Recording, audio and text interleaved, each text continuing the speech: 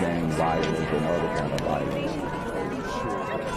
Get away! I could be at work, at school, in my car, and I can still get shot by the police. I can get shot anywhere. So it is what it is.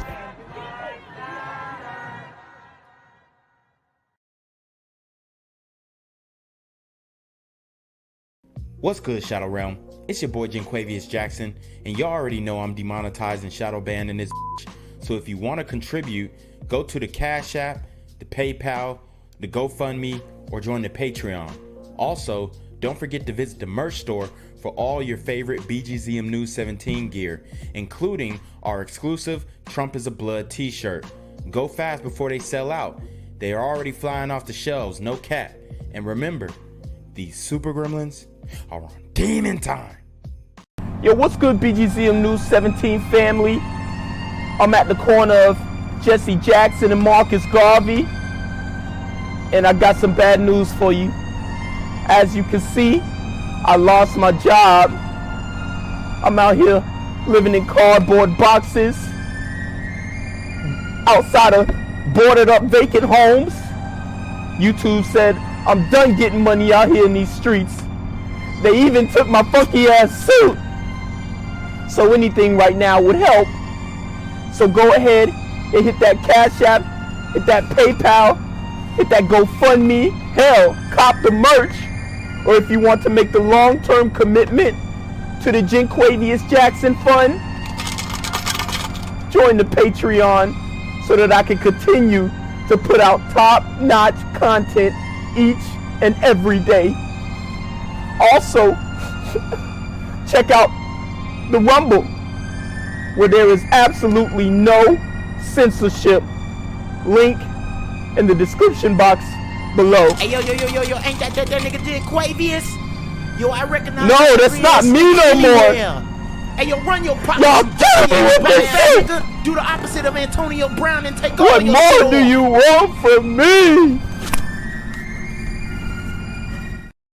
Was out of intensive care last night. Kenneth Anderson says he still can hear the sounds of his 36-year-old daughter getting shot by an Uber driver outside of his house. She's doing somewhat pretty good. She'll be in there for a few more weeks. Last Saturday around 10 p.m., he says his daughter ordered an Uber black car to his house, but a white one pulled up to pick her up.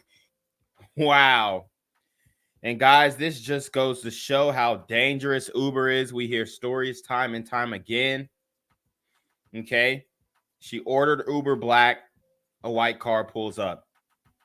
You don't even want to hop in that car. Okay. Just like a taxi. I'll take the next one. And the irony in this situation, because we know the person who was driving that Uber Black car that ended up actually being a white car was a super gremlin. He says the two began arguing because they couldn't find one another quickly to start the ride. Tensions brewed throughout the ride, and eventually... That's when I heard gunshots. He says the driver shot her in the leg once and the stomach twice. They rushed her to the hospital, where she was forced to deliver her baby 2 months premature after emergency surgery. Wow.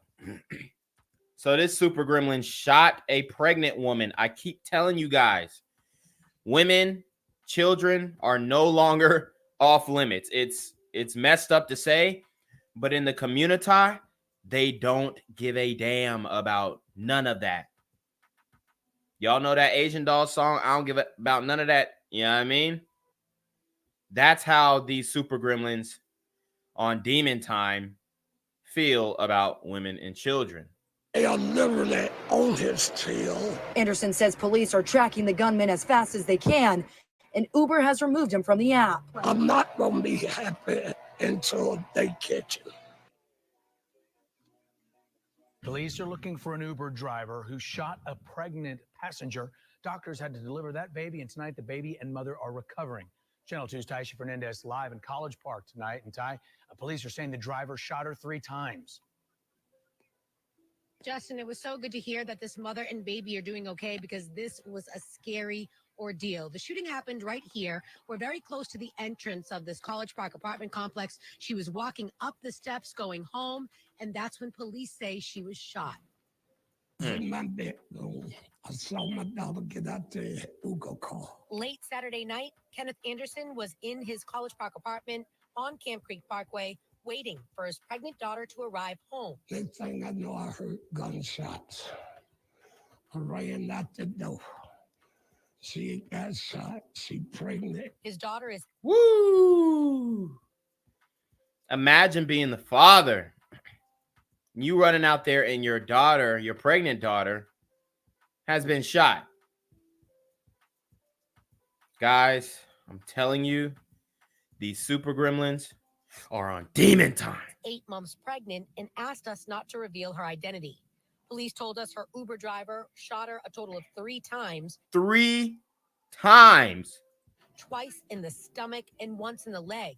Twice in the stomach and once in the leg. I mean, was he aiming for the baby? Was he aiming for the baby? I mean, these super gremlins, I can't even. I mean, it's past demon time. What's worse than a demon? And College Park police confirmed the alleged shooter is in fact a driver for the ride-sharing company. The shooting happened after an alleged argument between the driver and the victim. On her out, he was supposed to be driving a black car, but he pulled up in a white car. From what I understand, they had some words from what they picked up to him, brought all the way home and dropped off. And then got out the car and started shooting. The victim was rushed to Grady Memorial Hospital, where doctors performed an emergency C-section. Her baby girl is barely 4 pounds, but both mom and baby survived. Thank God. Thank God. And I guess the moral of the story is, if your Uber driver is a super gremlin, don't talk back. Don't argue. You might want to take the next one. Yeah, I mean, Uber drivers, all right, you know. And I used to drive Uber, and I had to stop because it was too dangerous. People would call an Uber, and then the person who called the Uber wouldn't be the person I'm giving a ride. So, you know, shit like it's different out there, man, and it's not worth it. I'm just glad she all right, the baby all right. I got a chance to hold the baby. And I got a chance to sit there with her Saturday night, Sunday morning. So they both doing good. My man need to take that mask off because he already struggling breathing. It's yeah, I mean, it's cruel and unusual punishment for them to even make him wear a mask at this point. The baby was due the first week in April. So again, just a miracle that baby and mom are doing okay. The family started a GoFundMe account. If you'd like to donate, just go to our website, WSBTV.com, and look for links mentioned on 2. We're live in South Fulton County in College Park. Taisha Fernandez, Channel 2 Action News. We're learning what led to a terrifying situation near Atlanta. Police say an Uber driver shot a pregnant woman 3 times. Tori Cooper has what we just learned from investigators. She was out of intensive care last night. Kenneth Anderson says he still can hear the sounds of his 36-year-old daughter getting shot by an Uber driver outside of his house. She doing somewhat pretty good. She'll be in there for a few more weeks. Last Saturday around 10 p.m., he says his daughter ordered an Uber black car to his house, but a white one pulled up to pick her up. He says the two began arguing because they couldn't find one another quickly to start the ride. Tensions brewed throughout the ride, and eventually... That's when I heard gunshots. He says the driver shot her in the leg once and the stomach twice. They rushed her to the hospital, where she was forced to deliver her baby 2 months premature after emergency surgery. And I can tell you what, this woman might never argue with a super gremlin again. I mean, this is insane right here. And this is Atlanta. I don't see Mayor Andre Dickens pulling up because, I mean, this is another baby who was shot, and luckily this baby survived. But Andre, you're supposed to be here. You're supposed to be everywhere where this is happening. They are literally on his tail. Anderson says police are tracking the gunman as fast as they can, and Uber has removed him from the app. I'm not going to be happy until they get Now, Uber issued a statement calling the incident, quote, nauseating, and is vowing to help police with the investigation. The women's family has started a fundraiser to receive help with medical expenses. I'm here on the corner of MLK and Frederick Douglass, where a shooting just took place. And as you can see, it's a pretty rough area. So I'm basically risking my life reporting on this madness. So make sure you do me a favor and hit the subscribe button. Like the video, hell, share the video. And make sure you go ahead and leave a comment down in the comment section to continue the discussion on how we can find solutions to all this son violence in the streets. I'm Quavius Jackson, here live, reporting from Atlanta, Georgia, BGZM News 17. All right, guys. So I wanted to go to the woman's GoFundMe. Her father put up the GoFundMe. His name is Kenneth Anderson. And I wanted to show you how, man, just how little support the community gives to women who are shot and premature babies who are shot. I mean, this is outrage compared to the GoFundMe of a Dante Wright, who we already broke down. And if you don't know, go make sure you check out my video, Free Kim Potter. Dante Wright was a super gremlin. He had 1 million in his GoFundMe, and he was a menace to society, a super gremlin on demon time. And we can't get $10,000, $10,000 for this baby. So, and the mother. Okay. So, I don't know about y'all, but I'm going to hit that donation. And if you want, just send me a Cash App or a PayPal and write for the Miracle Baby and whatnot. They're calling it Miracle Baby. I'll send whatever y'all send me to them. Obviously, you can go here and do it. And maybe I'll put a link in the description, but it is what it is, bruh. This is the community. Matter of fact, just go straight to the link. It doesn't matter to me. But this is crazy, bro. So anyways, I'm going to read it. Hello, I'm Kenneth.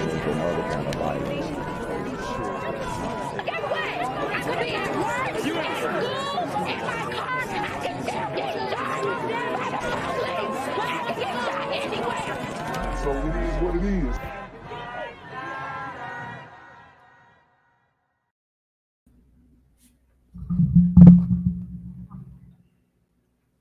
What's good, Shadow Realm? It's a Black Gen Z Mindset. Make sure you go ahead and like, comment, share, subscribe, and let's get into the video.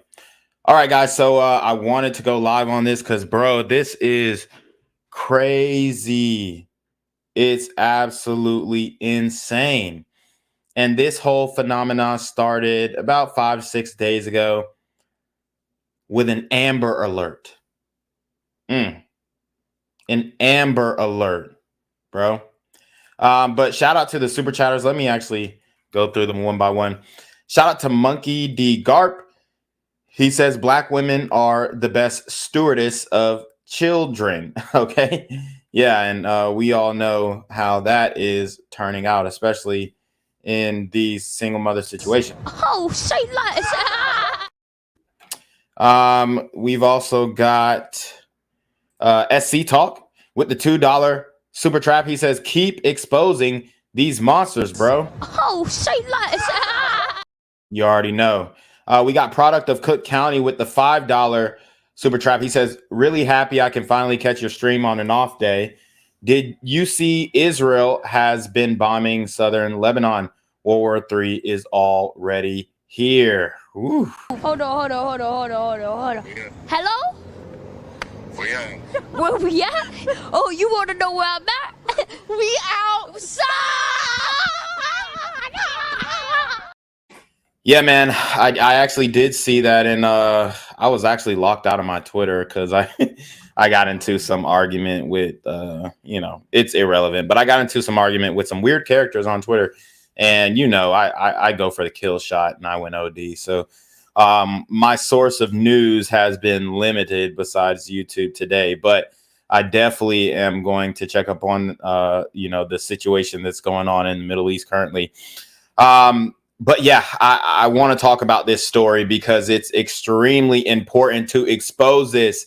It's not getting enough love. And then on top of that, oh my God, bro, when you see the people in the comment section, because we got to get a pulse on what the community thinks about these situations. When you see the people in the comment section defending these scoundrels, bro, it's just going to make you question things. That's all I'll say. Because I mean, you have these women who are completely crashing out, deleting babies, children, and the people in the comment section. It's almost unbelievable. The people who are coming to this woman's defense. So they're always, oh my God, it's absolutely insane. But yeah, let's get into this. I've been commenting on this case in multiple comment sections, and it's just wild. The women who are trying to defend this and saying things that absolutely do not make sense, especially in this certain context. So what I want to do now is let's start this story off right, because we have an Amber Alert issued for a missing 5-year-old boy. And apparently the father called the Amber Alert, and it's just all bad, bro. It is all bad. So let's get into it. The story is just crazy.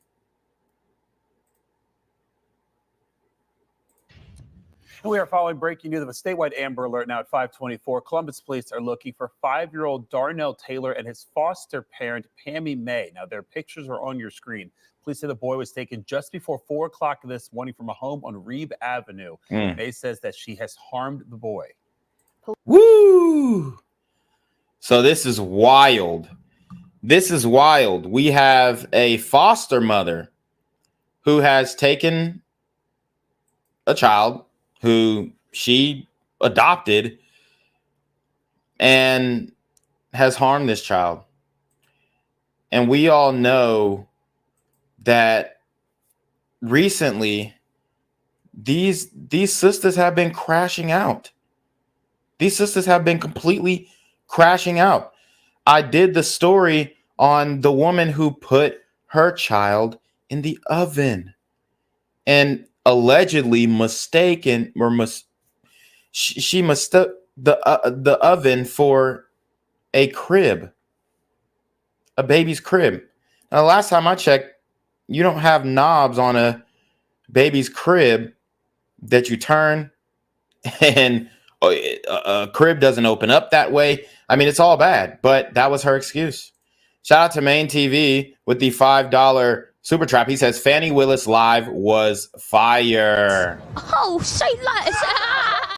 Yeah, and I'm looking to bring you guys another fire stream as well today, because this one is absolutely nutso, right? You have these black women who are completely crashing out, and it's at such a high rate that it has to be talked about. It has to be looked into. It has to be studied even. But we're not going to get these types of studies done. So we've been doing these stories in these domestic situations, and this one, I mean, it just breaks your heart because this child was 5 years old, taken by a foster parent, a woman who adopted him and who was supposed to take care of this child.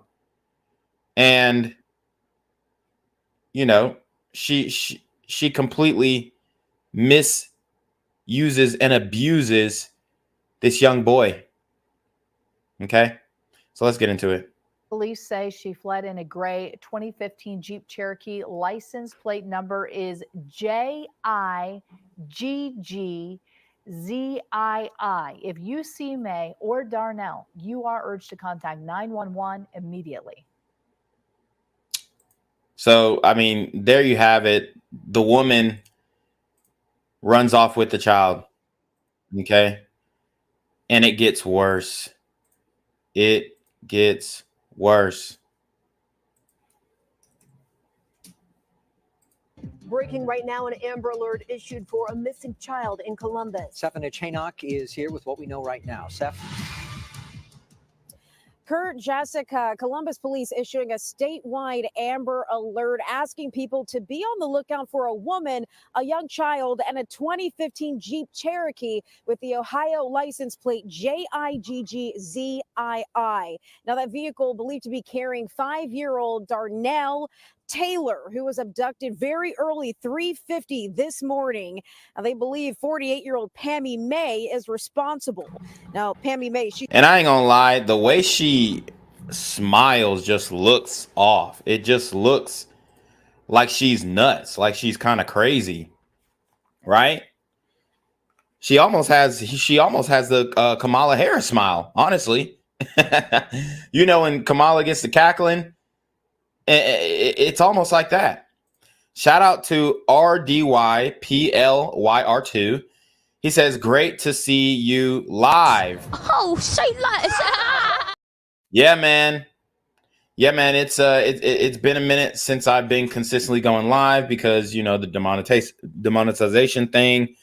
And I just wanted to punch out content. But now it's time for more long form and to interact with you guys in the chat because you guys are leaving some great comments and very insightful comments that I've been reading. And it's really kind of taken me down a rabbit hole of just, you know, looking for historical references to bring stronger points to my arguments and whatnot. So it's been pretty productive. And I want to continue that collaboration in real time. She's described as a black female, 5'9" tall, about 115 pounds, has brown hair and brown eyes. So don't be saying, oh, she ain't black, because you know we got the FBA folks. She ain't FBA. They gonna come in the comments. She was described as a black female, 5'9", okay, dark black, brown hair. I mean, guys, this is what's going on in the community. We have these women who have no business being mothers. And here's the crazy thing. She chose to become a mother. She chose to adopt this child. Right? It's absolutely ridiculous.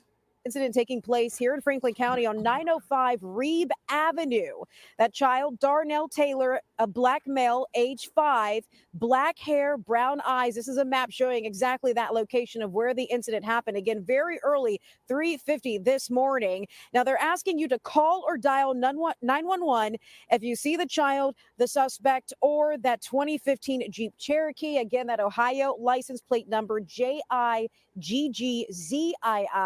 We will continue to follow these updates all morning long as the search continues for this 5-year-old child. For Good Day Columbus, I'm Stephanie Chanock. All right, so let's kind of get into it here. We got a reaction from a good friend. So this is a longtime friend who knows of the woman who ran off with the child, and we're going to see what their thoughts are. Tara Jabor has been in this neighborhood throughout the day, speaking to neighbors. She continues our live team coverage tonight with that part of the story. Tara.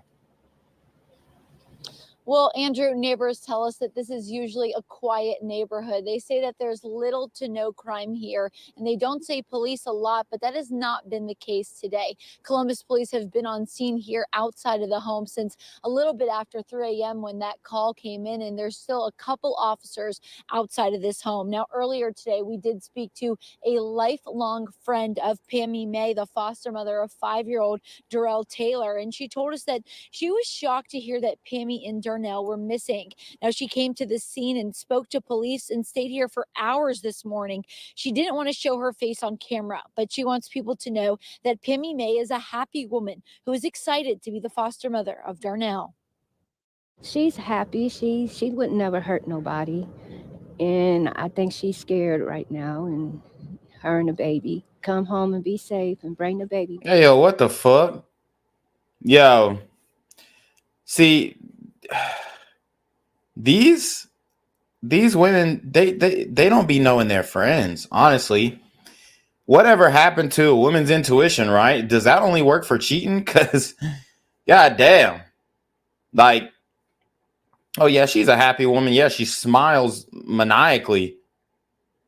But I wouldn't say that she's happy. Maybe she's off a little bit, right? I mean, this is absolutely insane. The way she's looking, the way she's smiling. It's not good. It's not good. And she's saying, oh, well, she'll never hurt nobody. Dude, how do y'all not know that y'all friends are completely batshit crazy? I know if it can come out of the blue, right? But this isn't right, man. This is not right. And she's over here softballing it. I know she's a nice one. She ain't gonna do nothing. That's crazy. So this is the sisterhood standing up for each other. And this is what y'all standing for. It's absolutely ridiculous. See, the reason why people hate my channel, especially in the community, is because I'm standing up for the right thing. You know, like I said, we might play around, we might joke around, but at the end of the day, we are standing up for the right thing over here. Contrary to what the social media oligarchs think, contrary to what YouTube believes, right? Because they'll strike my channel saying I'm inciting violence. No, I'm condemning it. And that's what they don't like. That's what the powers that be do not like. To call this stuff out and to say this is the face of evil. These super sister gremlins are on demon time. Back home. Now, her friend tells us that this is very out of character for Pammy. She says that she's praying that they have a safe return. Andrew. And it's just like, how can I believe that it's out of character? How can I truly believe that? Okay. How does that make sense? If she just did that shit. Like, I hate when they say, oh, it's out of character. No, that bitch was throwed. She was throwed. And y'all were defending her because she one of us. She a sister, whatever. Whatever reason you got defending her.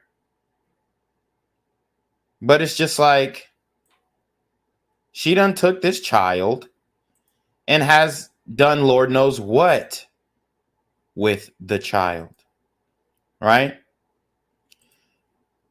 And it's absolutely saddening that we have to have these conversations, okay? It's absolutely sickening that we have to speak about what is really going on in the community, but we need a course correction, okay? We need a course correction. We need something to whip us back into shape. No pun intended. I don't know what it's going to be. I don't know if it's going to be more people speaking up about this stuff, which, you know, is not likely. I think a lot of people would like to bury this topic. I think a lot of people would like to avoid having an open discussion about what's really going on in the community, especially with, you know, the young men and with our women as well, right? I call it group accountability. There's enough blame to go around on both sides. We are equal opportunity accountability dishers out here. But here's the thing. When I talk about the men, there is no problem because we know that, yeah, this is going on. It's a huge issue. But when I talk about how these women are crashing out and how the women are getting more violent, I get a lot of pushback. Okay. I just do. And I wish that it was more of a discussion that, you know, we had openly and honestly, but it's not. So my next thing here is we're going to move on to this phone call here, because I got the phone call of the father, I believe, who called the Amber Alert. And it's really, it's gonna break your hearts, honestly. All right. So take a deep breath, inhale, exhale, and let's get to the business.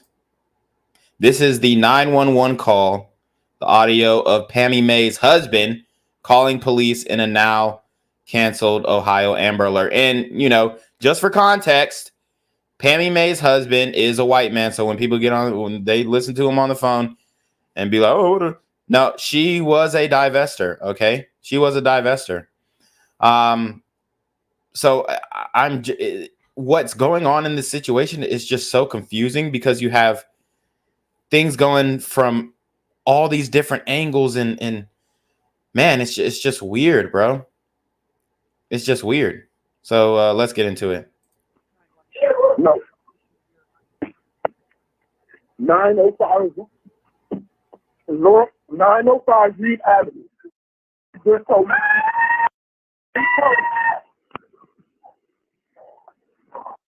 Oh, what? That she killed us. She just told me she killed us. Okay.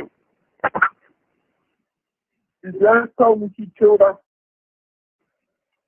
Where's your where's? I don't know. I just checked out there in his bedroom. He is not here. Okay, what's his name? Damn. That's crazy. So you heard that. She said she just told me that she killed our son, is what I think is what he said. Which is heartbreaking, obviously. And this is what's going down. Actually, I might have been wrong on that. Her husband's a white man, though, because I saw a picture and they said it was her husband, but I don't know. Let me just confirm that real quick. But let's keep going.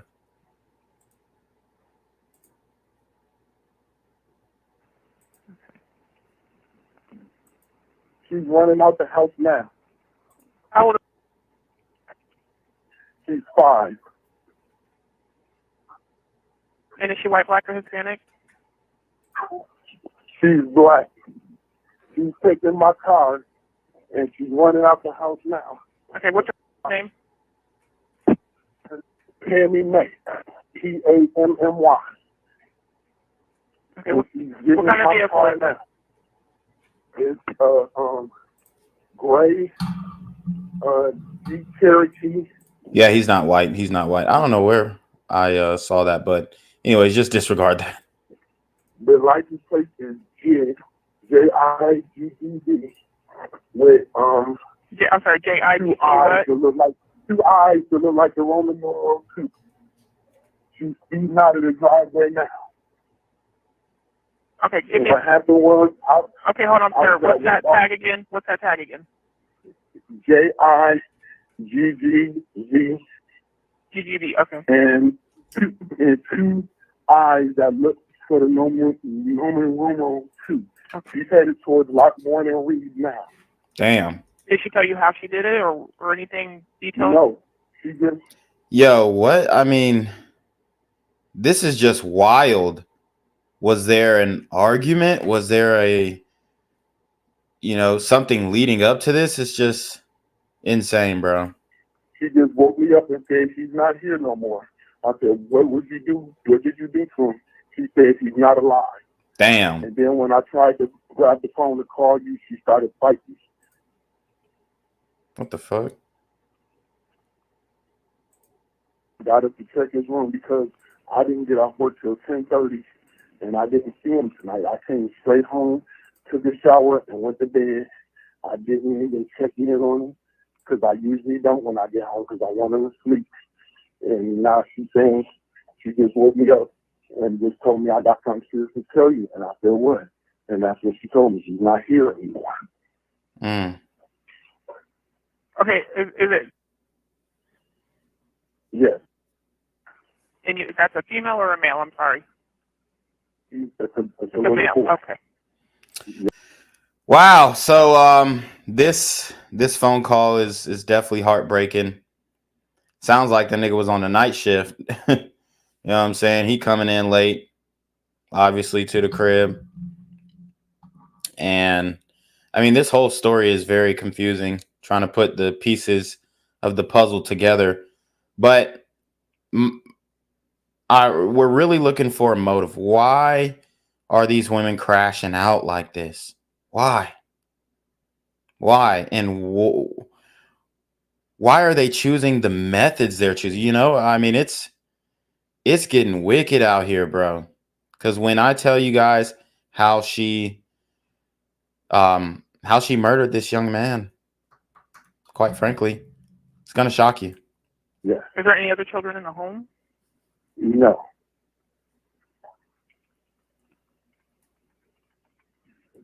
Name, sir. My name is.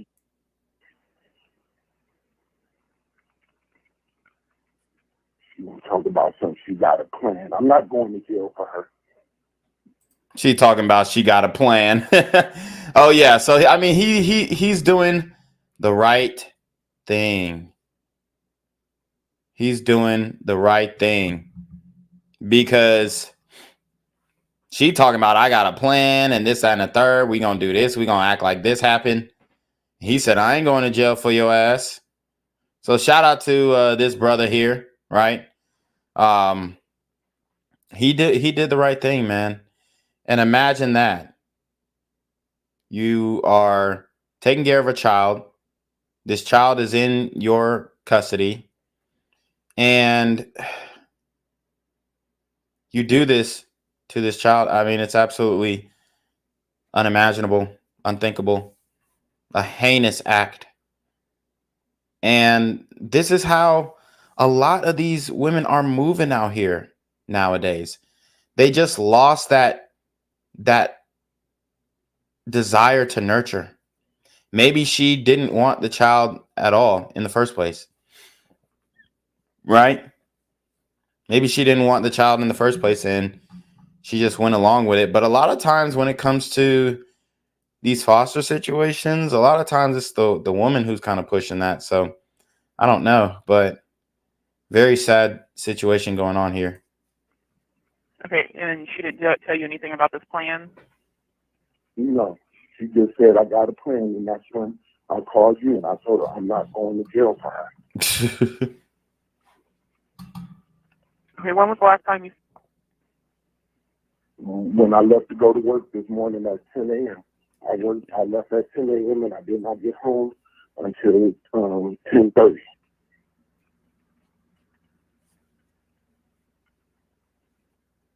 Damn. So he did a 12-hour shift. Fuck. And that's a hard-working brother. So what was her motive? Because it looked like, hell, he's working hard to make good money, to bring home the bacon, to take care of the family.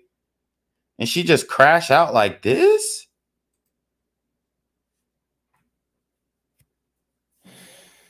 Any diagnosed illnesses or anything or anything like that you know of? She does have depression and bipolar disorder, but she has been taking medicine for it. She's been fine. So she has depression and bipolar disorder. I mean, look, I'm not saying that these aren't serious mental issues, but look, man, a lot of the depression thing, I know it's a trend to be depressed nowadays. It really is. It really started escalating, I would say, probably my high school years, late high school years. Like there was always a goth, emo type thing. But now with hip hop, there's emo rappers and like Lil Uzi Vert and XXXTentacion and what's his name? I still see the shadows in my eye. The one who overdosed. What's that boy name? Juice WRLD. And then also Lil Nas or Lil whatever. One of them, Lil Xan. No. Yeah, there is a Lil Xan, but then there's also a Lil Nas, I think. And then there's also, oh yeah, that's Lil Nas X. I'm tripping. But all these rappers are like depressed emo rappers, and they talk about, taking Xans and taking X and what else? What else is the Percocets. So they talk about these things, right? And this is something that is more popularized now, more trendy now. And I'm not saying she was like, into emo rap, right? But I'm saying that it is a trend to be fake depressed. And you got all these people talking about, oh, mental health, mental health, mental health. When in all actuality, what's really happening is the people who should be in prison are just not there anymore because the Democrats have control of the court system, as you guys can see with the Trump ruling.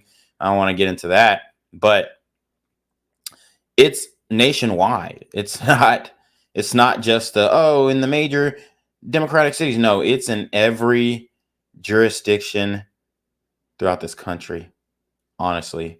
But she is depressed, quote unquote. Really, really what it is she online looking at Instagram and like, why can't I have this life? Why don't I look like this? Like, bruh, to me, that's fake depressed. But, it is what it is. I'm not saying people don't get depressed. But anyways, if you're depressed, that's one thing. But to take that out on the child is just horrible, man. Been around plenty of children. So this is completely out of character for her? Very much so. Very much so. All right. So the man who's living with her said it's completely out of character for her. So I guess she wouldn't like that. But how does she just tick overnight? What is it? What is it? Because there had to be something going on with this bitch, like straight up. Straight up.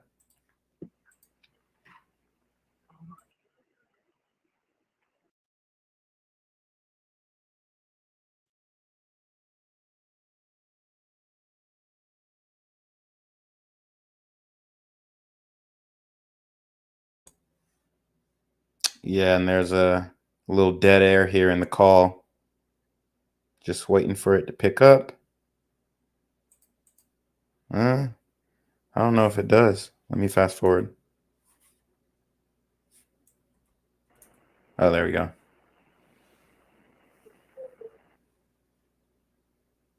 Nope, I guess not. Do you have a cell phone He'll go to number? police. He'll go to police. Okay. They're just now pulling up. I understand. I want you to talk to him, but go ahead and give me her cell phone number.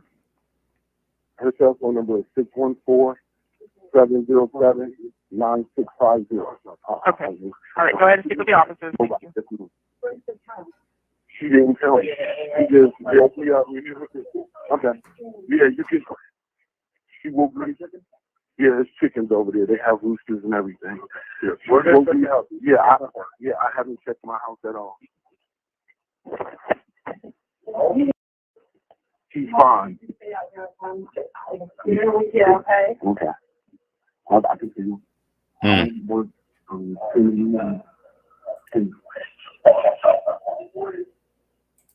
there's no one here.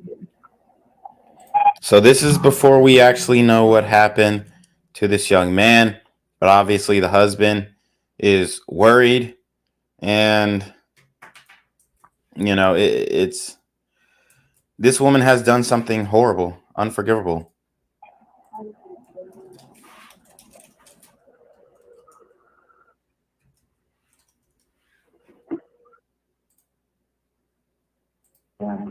The other way they're doing it, to the basement.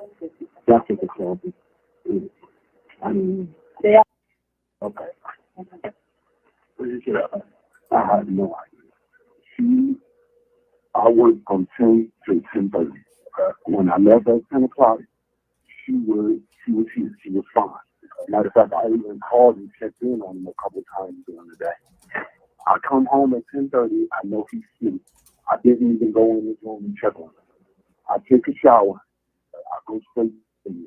She wakes me up. She wakes me up about 15 minutes ago and said, I got something serious to tell you. I said, what? She said, shut your phone off. Shut your phone off. So I shut the phone off. Damn. I said, what happened? She said, not here anymore. I said, well, what do you mean? Where did he go? Who is he with? She was like, he's not alive anymore. So then I grabbed my phone and I started to call y'all. I grabbed my phone and I started. Wow, and he's lucky that she didn't try and harm him. She's lucky she didn't try and harm him, because this woman is very much sounded desperate, talking about some turn your phone off, this, that, and the third. Man, I mean, we got some sick people in the community, bro. I'm gonna just tell you that right now. And it's getting to the point where I don't know, man. We're just not getting enough people talking about this and addressing these issues that we have going on. It's just weird, you know? It really is. It's really just wild, bro. Let's keep going. To call y'all. She started fighting, grabbed me in my mouth, and I was trying to let me talk to the 911 operator. She grabbed my keys again, like unofficially, right there on the side door. She grabbed my towel and cleared that job and shit down to her. I have no idea. Yeah, she's from here. She had So she was out. She was trying to fight him when he called the police. So he got away from her with his life. Thank God, because a woman who will do something like this, she's capable of anything. Her brother lived at 1999 Littlewater.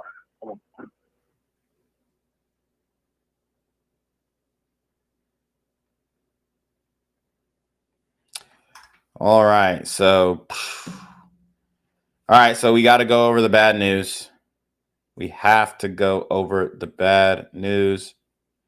And this search obviously has ended with that context, and I'm about to tell you guys how. And the latest updates coming up here in just a few minutes. Kelly. Okay, Adam, thank you. First at noon, leading the way on that breaking news out of Columbus, where an Amber Alert remains active. Police are looking for a missing 5-year-old boy and his foster mother. WLWT News 5's Karen Johnson joining us live with the latest on that search. Karen. Well, it's been about 9 hours now since Columbus police received a 911 call from a man saying his wife left their home with their 5-year-old foster child, and he was either hurt or in danger. 2 hours later, a statewide Amber Alert was issued for 5-year-old Darnell Taylor and 48-year-old Pammy Maye. May's husband told police she abruptly left the home with the child. Well, just about 6 o'clock, thanks to a flock camera, May's Jeep was located in the city of Brooklyn, which is just near Cleveland, but it was unoccupied. And right now, the search continues for both Darnell and Maye. Again, this is a very fluid investigation and it's very new. We're still processing everything and we're still learning and gathering information. We just thought it was really important to stand before you and ask for the public's assistance. If you've seen anything, if you've heard anything, if you saw that vehicle, if you think you may have seen them or have any information regarding their whereabouts, we're pleading, please give us a call. It's like, we've been talking about diversity, equity, inclusion, and all this stuff, but every damn county that we go to, their police chief or, the the higher ups are either brothers or sisters. I mean, it's funny how I don't think the chants for equality have caught up to reality, because hell, I mean, everywhere we go, we see a female police chief, female deputy, black female deputy, something, And investigators say the child has been in May's care since last May. Right now, they say they're in the process of tracking down his biological parents. Damn. Reporting live, Karen Johnson, WLWT News 5. And now, Karen, I know a lot of people in Cincinnati, this was a statewide Amber Alert, wondering why our phones did not go off when that Amber Alert was issued. Did you get any clarity there? Yeah, very good question. It's something we've been wondering. And I talked to Ohio State Highway Patrol, and the way they explained it to me, even though a statewide Amber Alert was issued, they break it down by region in terms of which region gets the alert. And they said when they sent out the alert on the phone, they decided just to send it to the Columbus region, because at that point, they had no reason to believe that May would have left that area. All right, WLWT News 5's Karen Johnson reporting for us at noon. Karen, thank you. Developing here on WLWT. So, this is what's going on. And it looks like they didn't issue an Ebony alert, that we've been hearing a whole bunch of noise about, right? I think that's only a California thing, though, but let's keep going. Well, now at 5, a heartbreaking end for a missing 5-year-old. We're going to make sure that we do everything that we can to bring justice for Darnell. Police finding Darnell Taylor dead in a sewage drain this morning, 4 miles from where he went missing. Police say they are now investigating this case as a homicide. Darnell's legal guardian, Pammy Maye, was arrested last night in Northeast Ohio. She's currently being treated at a hospital, but will be brought back to Central Ohio to face charges. Now, a memorial is growing where Darnell Taylor's body was found. 10 TV's Tara Jabor joins us live in that South Columbus neighborhood. Tara, what have you been seeing throughout the day there? Well, Doug and Yolanda, this memorial has really been growing all day. We just saw a woman drop off some flowers at this drain where Darnell Taylor's body was found. People. So the young man was found at a sewage drain, or body found in a sewage drain, which is absolutely insane. And people are leaving, memorabilia and all that kind of stuff. So this story has taken a turn for the worse. People have been leaving stuffed animals, angels, all kinds of things to remember this 5-year-old boy. A 2-day Amber Alert came to an end at around 1 o'clock this morning when 5-year-old Darnell Taylor's body was found in a drain on Marsdale Avenue. God dang. Police believe his legal guardian, Pammy Maye, is responsible. Wow. Last night at 9:38 p.m., Brooklyn Police Department officers were dispatched to a business in the 4000 block of Tietman Road on a report of a woman walking suspiciously around the building. Maye was arrested in Brooklyn last night and is currently being treated at a hospital. Our investigators responded and interviewed Mrs. Maye, at which time they developed information that Darnell's body may be in a sewage drain in the 1000 block of Marsdale Avenue in Franklin County. Wow. Chief Bryan says they hope for a different outcome in this case. This is not the outcome that we wanted. Yeah, no shit. No shit. But this is the outcome that we got, and we have to talk about it. What is driving these black women to kill these kids, bro? I'm trying to figure it out. What clicked in her head that made her think this was okay and this was the way to go? She could have gave the child up to another foster family, something. But this ain't it. But we're going to make sure that we do everything that we can to bring justice for Darnell. Neighbors in the area of Marsdale Avenue and Eastbrook Drive were awakened by police this morning. But I kept hearing a bunch of car doors, so I look out and I don't see any cars, just 10 police guys right there in the corner. And immediately they just start getting into the sewer, like opening it up. And then, Jeez. you know, I start kind of freaking out and I'm like, oh, something serious is going on. This is like it, right? With Pennywise luring the kids into the sewer with the balloon and snatching them down there. This is exactly what this woman's doing. These super sister gremlins are on demon time. Neighbors eventually realized that they were witnessing the recovery of Darnell Taylor's body. They say they never expected something like this to happen right outside of their home. We have a lot of children already in the neighborhood, so to have it right there across from two play sets is like, I don't know, it's already messed up as is. Several people stopped throughout the day to add to the memorial for Darnell Taylor. Most people told us they didn't know the boy, but felt the need to help build something to remember him. It's just my way of saying, you know, this is a screwed up world and hopefully it can be better. Damn. And Columbus police say that they are working with prosecutors to charge May with murder. We know that she is already charged with kidnapping and endangering a child. Neighbors here tonight tell us that they will be lighting candles to remember Darnell Taylor. Reporting live in Columbus, Sarah Jabor, 10 TV News. Thank you. Wow.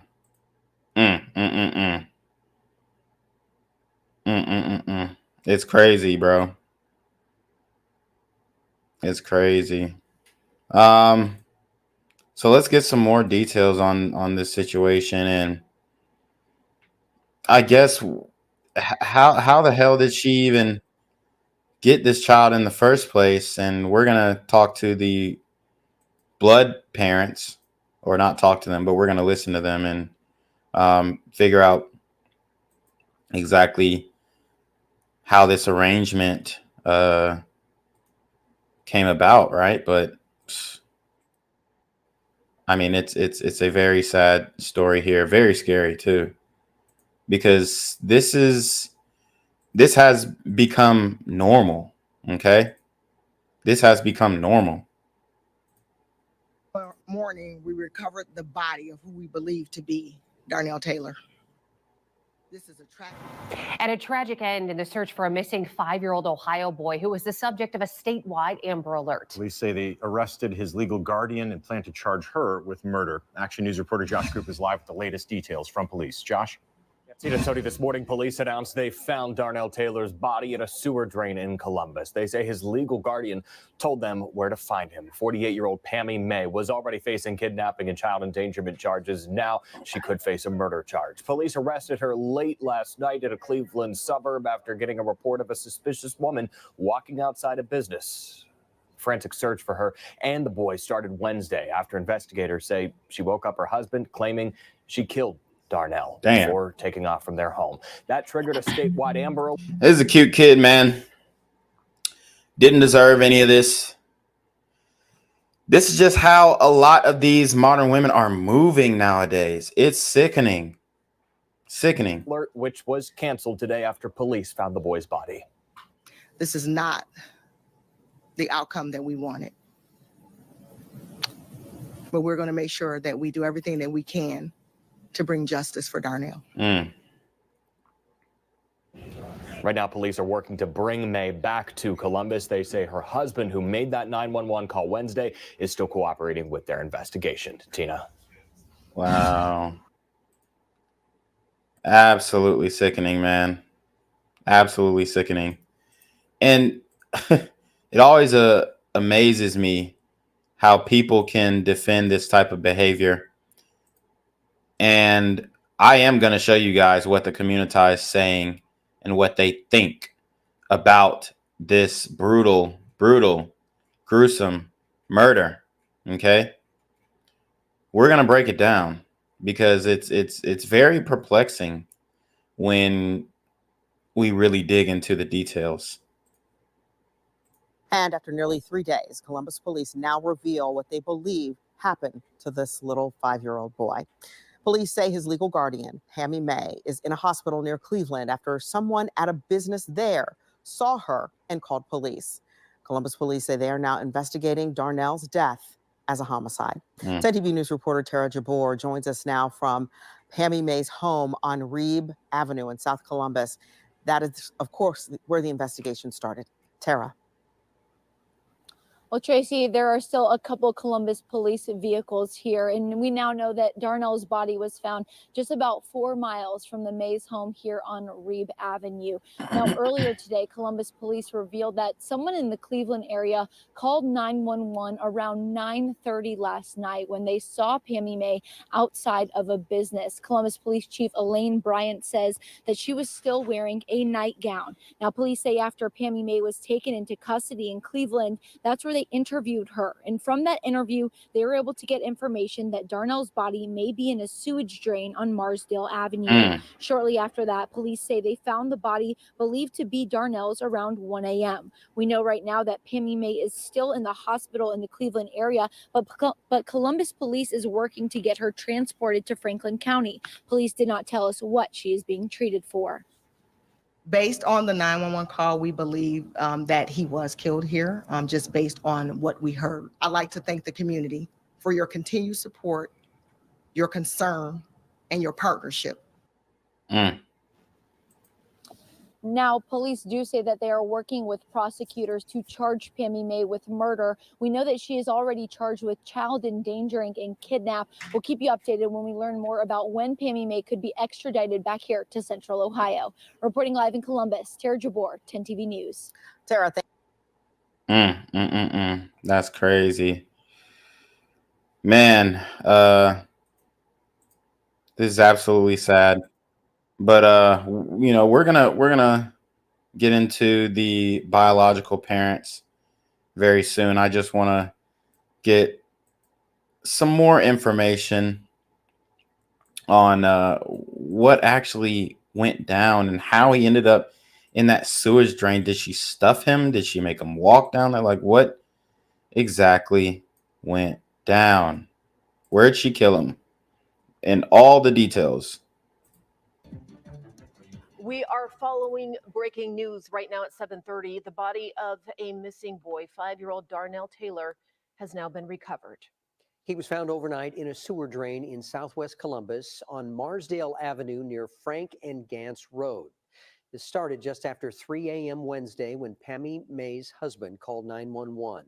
2 hours later, an Amber Alert was issued. Less than an hour after that, they found Pammy Maye's car in Brooklyn. That's a suburb just outside of Cleveland. However, there was no sign of her or the boy. And that leads us all to this tragic update from within the past hour. The body of Darnell Tate recovered. Stephanie Chaynock is joining us now live from Columbus Police Headquarters. They just held that news conference delivering just this devastating news, Seth. Yeah, Kurt, Jessica, Columbus Police Chief Elaine Bryant calling this a tragic end to this multi-day Amber Alert. She said this is not the outcome they were hoping for. But as you just said, officials recovered a body early this morning believed to be 5-year-old Darnell Taylor. Now, CPD says Pammy Maye, his legal guardian, she was located in the Cleveland area, which is near where that Jeep was discovered. She was walking around last night and was taken in for questioning, later identified. She told investigators that the body of 5-year-old Darnell may be in a sewer drain in Franklin County. Maybe is wild. Last night at 9:38 p.m., Brooklyn Police Department officers were dispatched to a business in the 4000 block of Tietman Road on a report of a woman walking suspiciously around the building. The responding officers identified the woman as Pammy Maye and took her into custody without incident. Wow.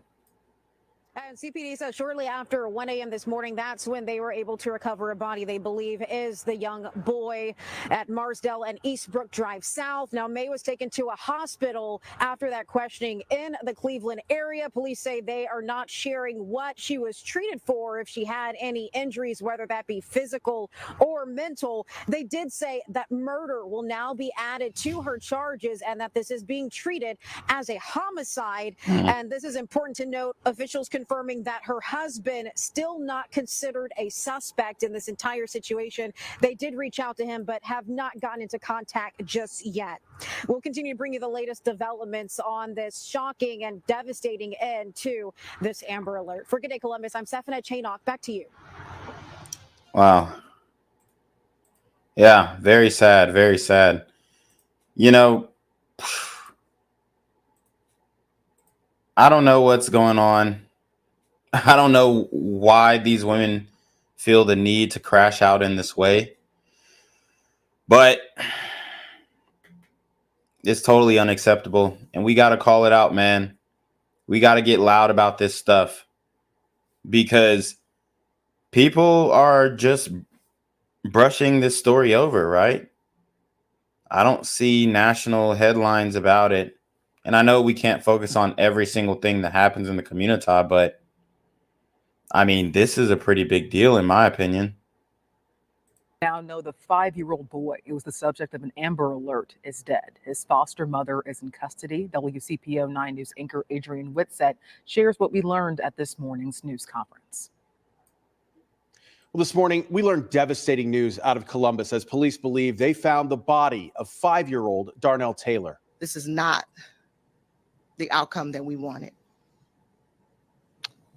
But we're going to make sure that we do everything that we can to bring justice for Darnell. Chief Elaine Bryant with Columbus Police detailed the timeline of events, starting with the Amber Alert from 4 a.m. Wednesday morning. Last night, the foster mom, Pammy Maye, was found near Cleveland when someone called police about a suspicious woman.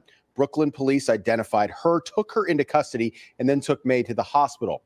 Columbus officers then learned from her where Darnell's body may be, and a little after 1 a.m. this morning, they found him in a sewer drain in Franklin County.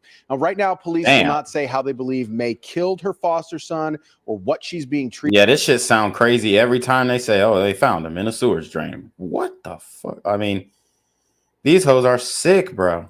Treated for at the hospital, but in the 911 call released Thursday, her husband said she was on medication for bipolar disorder and depression. Chief Bryant said this to any other parents. We would expect anyone, if you have thoughts of harming a child or if you're in a position like that, to please reach out to someone and have that conversation, whether it's mental health workers, whether it's the local police department, whether it's a family or friend. Please reach out to someone. And Columbus police are in the process of getting info to the prosecutor's office and then getting Maye extradited back to Franklin County. Adrian Whitsett, WCPO 9 News. Sheesh. All right, man, let's keep going. We are searching for all the details here, but I mean, they're definitely very depressing details. But nobody else is really, nobody's talking about it, you know? So I guess we might as well have the discussion here. Hit the Cash App, hit the PayPal, hit the Super Trap. Guys, support the channel. If you want your chats read, make sure you send a Cash App, or not the Cash App, but, well, either Cash App, PayPal, or Super Trap. I'll read them all. But let's see. Rudy Bishop said he never got an alert when I went live. Yeah, you gotta follow the Instagram because they won't send out the post notifications on YouTube. But yeah, let's see what you guys are kind of saying in here. Distant Light says, man, it's so chilling that it's a foster kid and everything. Yeah. D Sledge says, see, mental illness, and they gave her custody of a child, right? Gliding Mud Shark says, pure evil. The queens caping for these hoes are just as evil. Yeah. Bo Brown says, I think the level of entitlement our ruling class is pushing into black people is effing their psyche up. Oof. Yeah, that's a deep one. Meanwhile, we turn our attention now to a tragic development in the Amber Alert case involving a missing 5-year-old. Authorities saying they found a body believed to be Darnell Taylor. The suspect, identified as his custodial mother, 48-year-old Pammy Maye, has also been found and arrested near Cleveland. It's leaving many wondering what led to this outcome and perhaps what could have been done to prevent it. We'll try to break that down with team coverage now. Monica Robbins live at Metro Health in Cleveland. That's where the suspect, Pammy Maye, was taken following her arrest. She has more with the grandparents of the now deceased child. But first, our Matt Rascone joins us live with what we're learning after law enforcement provided an update after the tragic news broke. Matt? Yeah, that's right, Jay. Authorities got a report late last night. It was about 9:30 of a woman walking suspiciously around this business. And that report said she then went inside the building to ask for help. Now, police responded. They quickly identified that woman as Pammy Maye, the same woman who triggered the Amber Alert early Wednesday morning when Darnell Taylor went missing from Franklin County. Her Jeep turned up at the Parkview Estate Apartments within a few hours. Then 39 hours after that, she walked into this envelope business about a half-mile away from where her car was found. We got a hold of the police report in the last few hours. It says May asked the employee inside for help to contact her husband, and she refused to give her name. Investigators were able to get information from her that led to Darnell's body, tragically in a storm drain in Franklin County, about 5 miles from where May lives. It popped up, and it was like 100 block of Marsdale. It's right here by my house. Then when I came out and all this was out here, I was like, man, it's pretty sad. It tears you good up. That close. It's just like, that's sad. We just went down. It's like, couldn't believe it.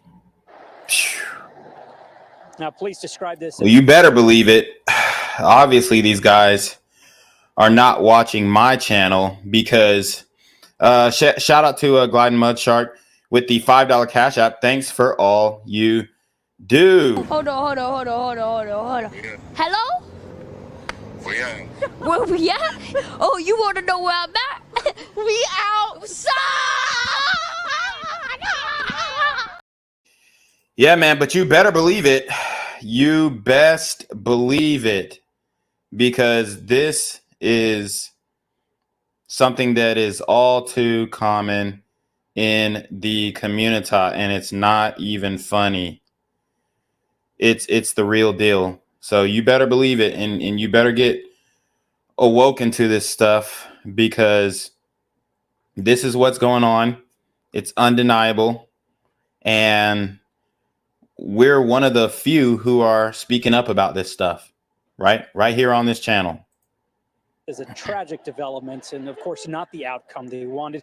The Columbus police chief said this is now a homicide investigation, and they're going to do everything they can to bring justice to Darnell. Now, we'll hear more from the Columbus police chief coming up in the news at 6, and we'll also hear from neighbors who live in this area, and some of whom saw the police and the ambulance who arrived here last night to pick up May from this business. We'll have much more later on that. Jay? I'll take it from here. Such a heartbreaking story, Matt. Live in Brooklyn for us. We'll see you in a bit. Thank you. Now, continuing our team coverage, May was taken to Metro Health, as we told you last night, this after her arrest, and that's where we find our Monica Robbins. Monica, what do you know? 39 hours, Jay. Think about that. 39 hours. We don't know if she had been out in the elements, but only wearing a nightgown and no shoes. So what her physical condition was, we're not sure, but we do know that she was brought to Metro Health. She was also distraught and crying, according to the 911 caller. So that could speak to her mental health as well. What we do know is that Franklin County will soon be extraditing her back to Franklin County to face those murder charges. Meanwhile, in an exclusive interview with our sister station in Columbus, Darnell's paternal grandparents said they are just racked with guilt and grief for allowing May to take custody of Darnell. They explained that he had severe behavioral issues that they were not prepared to handle. So she definitely could not deal with that in disciplining the child. And it looks like she crashed out on the child because maybe she just got overwhelmed with the disciplinary aspect. He looked like a sweet kid, but they're saying he had behavioral issues, right? Very sad.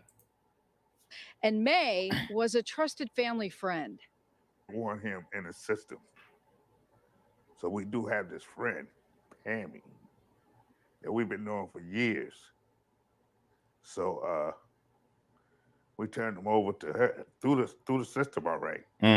But gave her the opportunity to, get him. We have birthday parties, cookouts. She was there Wow. to every function we had. She was always there. And then once she got Darnell, she stopped coming to different events and stuff we was having. And she just started blocking our phone calls.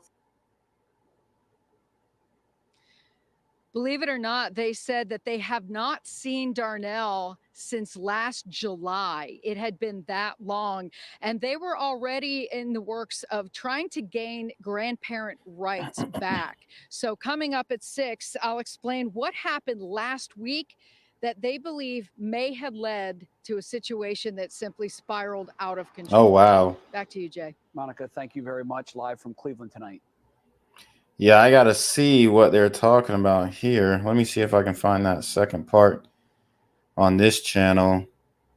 Because it sounds like there was something more that happened that might have triggered this thing. Let's see. Let me see if this is part 2. Breaking news in the case of 5-year-old Darnell Taylor. His legal guardian, Pammy Maye, will be charged with murder after Columbus police found Darnell's body early this morning. Monica Robbins is at the Cleveland hospital where Maye was taken. But first, Matt Rascone breaks down how we got here. He joined us live from Brooklyn. Matt, good evening to you. Yeah, good evening, Russ. You remember the suspect, Pammy Maye, left her home early Wednesday morning at 3. The Amber Alert is issued a couple of hours later. Then she turns up in this unlikely spot in Brooklyn. And by early this morning, the search for Darnell is over. Damn. I just can't believe something happened like that in Brooklyn. 2 hours away from where Darnell Taylor was living, and nearly 2 days after he went missing. My heart's absolutely broken for that child. The woman accused of killing the 5-year-old boy was found in Brooklyn last night, near Linda Santa's home. It's a really scary thing to think about, that she could have been around my entire house. Police have been searching for Pammy Maye in the area since early Wednesday morning when they found her Jeep at Parkview Estates. Those apartments are just a half-mile away or so from the envelope company she walked into 39 hours later. Wow. Asking for help to contact her husband. We have reached a pivotal point in this investigation. Columbus police say she gave them enough information to lead investigators to Darnell's body around 1 a.m. in a storm drain in Franklin County, Jesus. 5 miles from Maye's home. 100 block of Marsdale. It's right here by my house. Then when I came out and all this was out here, I was like, man, it's pretty sad. It tears your gut up. That close. And it's just like, it's sad. A tragic ending to a desperate search and the beginning of a new investigation. This is not the outcome that we wanted. And search for answers. But we're going to make sure that we do everything that we can to bring justice for Darnell. Now, the Brooklyn Police Department didn't talk to us on camera, but gave us a statement and told us this is not the ending they had hoped for, and that they extend their condolences to the family of Darnell. They'll continue to work with the Columbus Police Department, they said, as they work on this now homicide investigation. Russ. Matt, we've been reporting that authorities have spoken with Pammy Maye's husband. He has been cooperating with police on this. He's not involved in this at all as far as police are concerned. Woo! What are we hearing about him?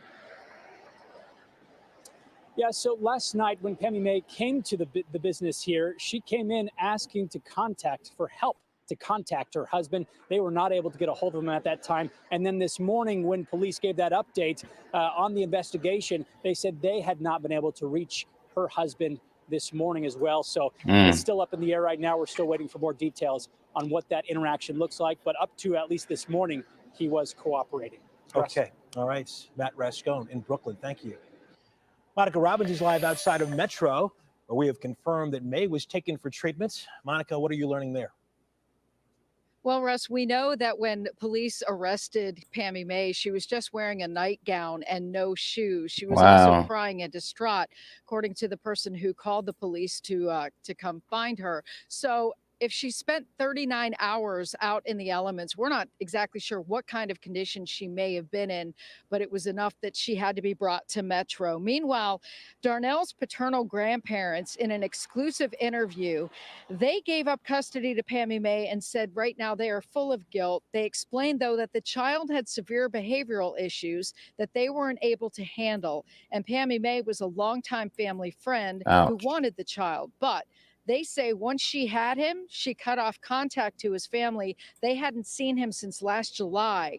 Last week, she was supposed to attend a virtual hearing because the paternal grandparents were seeking grandparents' rights. So they were trying to get back involved into the child's life. But she didn't attend the virtual hearing. She probably already made up her mind about what she planned to do.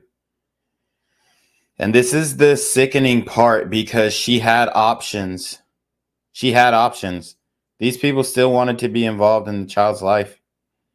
And she took the child on. She wanted the child, like they said earlier, because the family couldn't take care of him. And she said, oh, no, baby, I'll take him. And then look what she did. Okay. I mean, it's absolutely ridiculous, and it's very sad here. But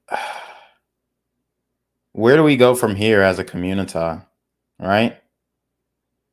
Where do we go from here? Okay. That's what we really need to talk about. And I'm going to get into the police and what details they have for us. But man, I mean, it's just insane how these women are just crashing out and can do this to a child. Okay. It's something that we are not really used to seeing in general, but on this channel, we see it all the time. We went down to the courts and we put in for grandparents' rights. And that was just last week's Well, we had a Zoom court hearing. and she had never showed her face. She never showed up. Never showed up on the hearing. So whether or not that was the impetus for what caused this entire situation remains to be seen. It'll have to wait until the legal situation works itself out. Meanwhile, Pammy Maye will be taken back to Franklin County to face those murder charges. And we're sure this is not the end of the story. We'll have to wait and see what comes next. Back to you, Russ. Of course. Monica Robbins in Metro. Thanks. And of course, we're continuing to push for more information on this story. And as Monica pointed out, we'll bring you the latest developments tonight on What's Next at 11 o'clock. So they tried to get the hearing, but it never panned out. She never showed up. Okay. Very sad case here. You know, we have some very wicked people who are taking care of kids in this day and age. But to put this child in a sewage drain. These super sister gremlins are on demon time. He was a happy child. He was a happy child. Surrounded by family, maternal grandmother Shonda McGee is full of emotion as she remembers her 5-year-old grandson, Darnell Taylor, whose body was discovered in a sewer drain by police early Friday morning in South Columbus. His smile was just a thousand words in his smile. And it broke my heart. On Wednesday morning, a statewide Amber Alert was issued for Darnell and his legal custodian, Pammy Maye, after they disappeared from their Columbus home. May's husband calling 911, telling dispatchers Pammy had told him the little boy was dead. Her car found in a Cleveland suburb a few hours later. The two were not seen until late Thursday night when Maye was found alone by police. And she just got a crazy ass. Now, these pictures are wild. Man, she's just not good at selfies because she looks Oh my God, she looks batshit crazy. The different wigs, the different looks. Oh my God, it's like a nightmare. Walking suspiciously near a suburban Cleveland business, wearing a nightgown, not far from where her car was found. We have some very unfortunate news to share.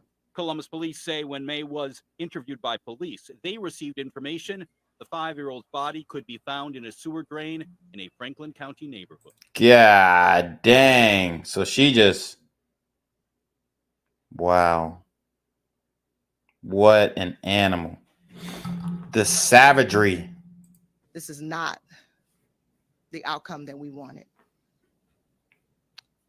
But we're going to make sure that we do everything that we can to bring justice for Darnell. Family members say since May and Yep, you right, TSM. It's Pennywise's sister for sure. It is for real. She evil, bro.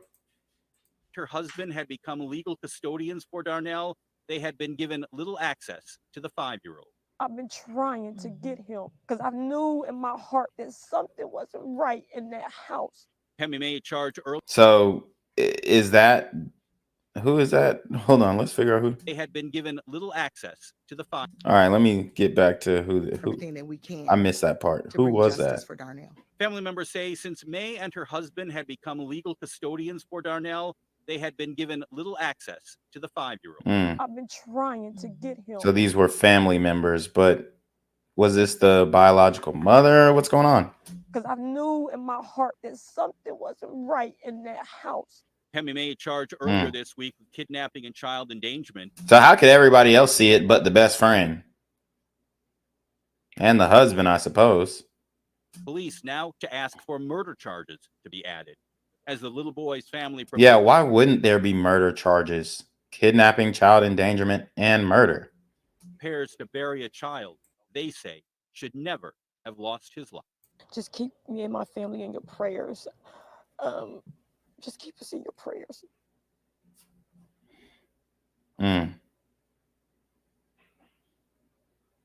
Yeah, so I'm gonna try and see if I actually think I might have that video queued up.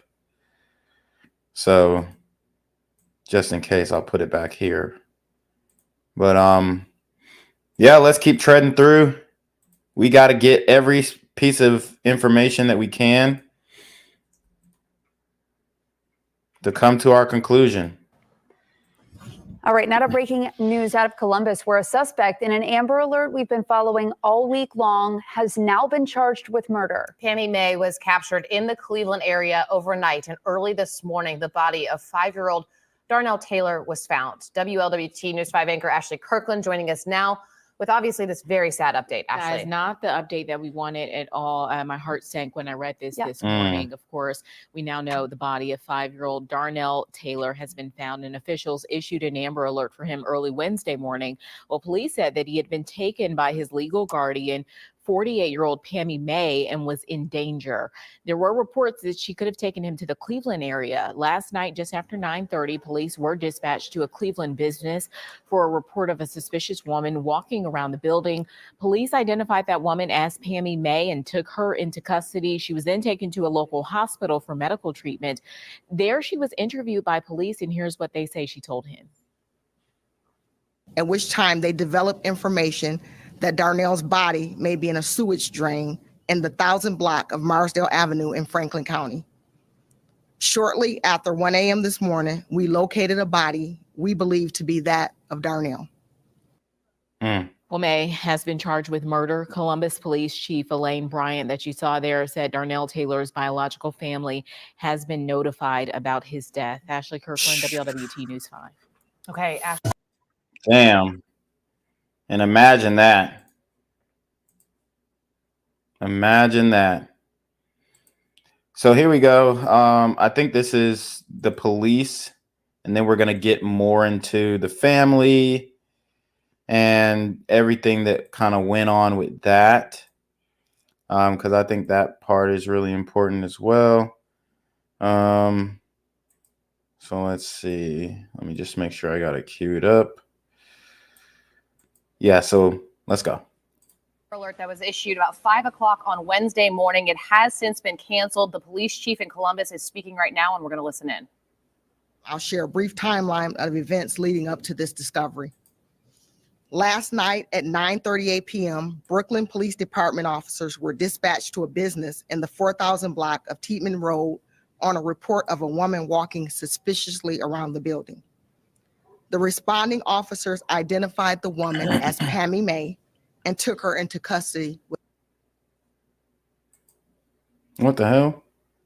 Oh, it blacked out. That just dropped out. We were getting updates as they were coming in. They said that They're gonna bring it back. Don't worry. Looking suspiciously. It was in fact Pammy Maye. That was at about 9 o'clock last night. Hopefully, are we able to get back in there, guys? Block of Marsdale Avenue in Franklin County. Shortly after 1 a.m. this morning, we located a body we believe to be that of Darnell. We will be in consultation with the prosecutor's office to add murder to Mrs. Maye charges and to begin the process of transporting her back to Franklin County. We want to thank our local, state, and federal partners, FBI, Brooklyn Police Department, Lindale Police Department, Streetboro Police Department, Ohio State Patrol, the medical staff in Cleveland, U.S. Marshals, our team, sworn and civilian, who worked tirelessly to try to bring justice to this case. Our local and national media partners for helping us spread awareness and gather information. And lastly, I'd like to thank the community for your continued support, your concern, and your partnership. This is not the outcome that we wanted. But we're going to make sure that we do everything that we can to bring justice for Darnell. At this time, we'll take any questions. Here we go. Have you contacted the biological family? Yes, we have spoken with the biological family. They were made aware. Wow. Pammy said what happened leading up to his body being in the drain. We have had an opportunity to interview her at this time. This is now a homicide investigation, so we can't share specific information for the integrity of the investigation. Found by, or was she seen by a police patrol, or was it someone who saw her picture that called police? So it was actually someone in a business that noticed her and contacted the local police department. You know, Darnell was killed in the area or killed here. She drove over there, you know. Based on the 911 call, we believe that he was killed here, just based on what we heard.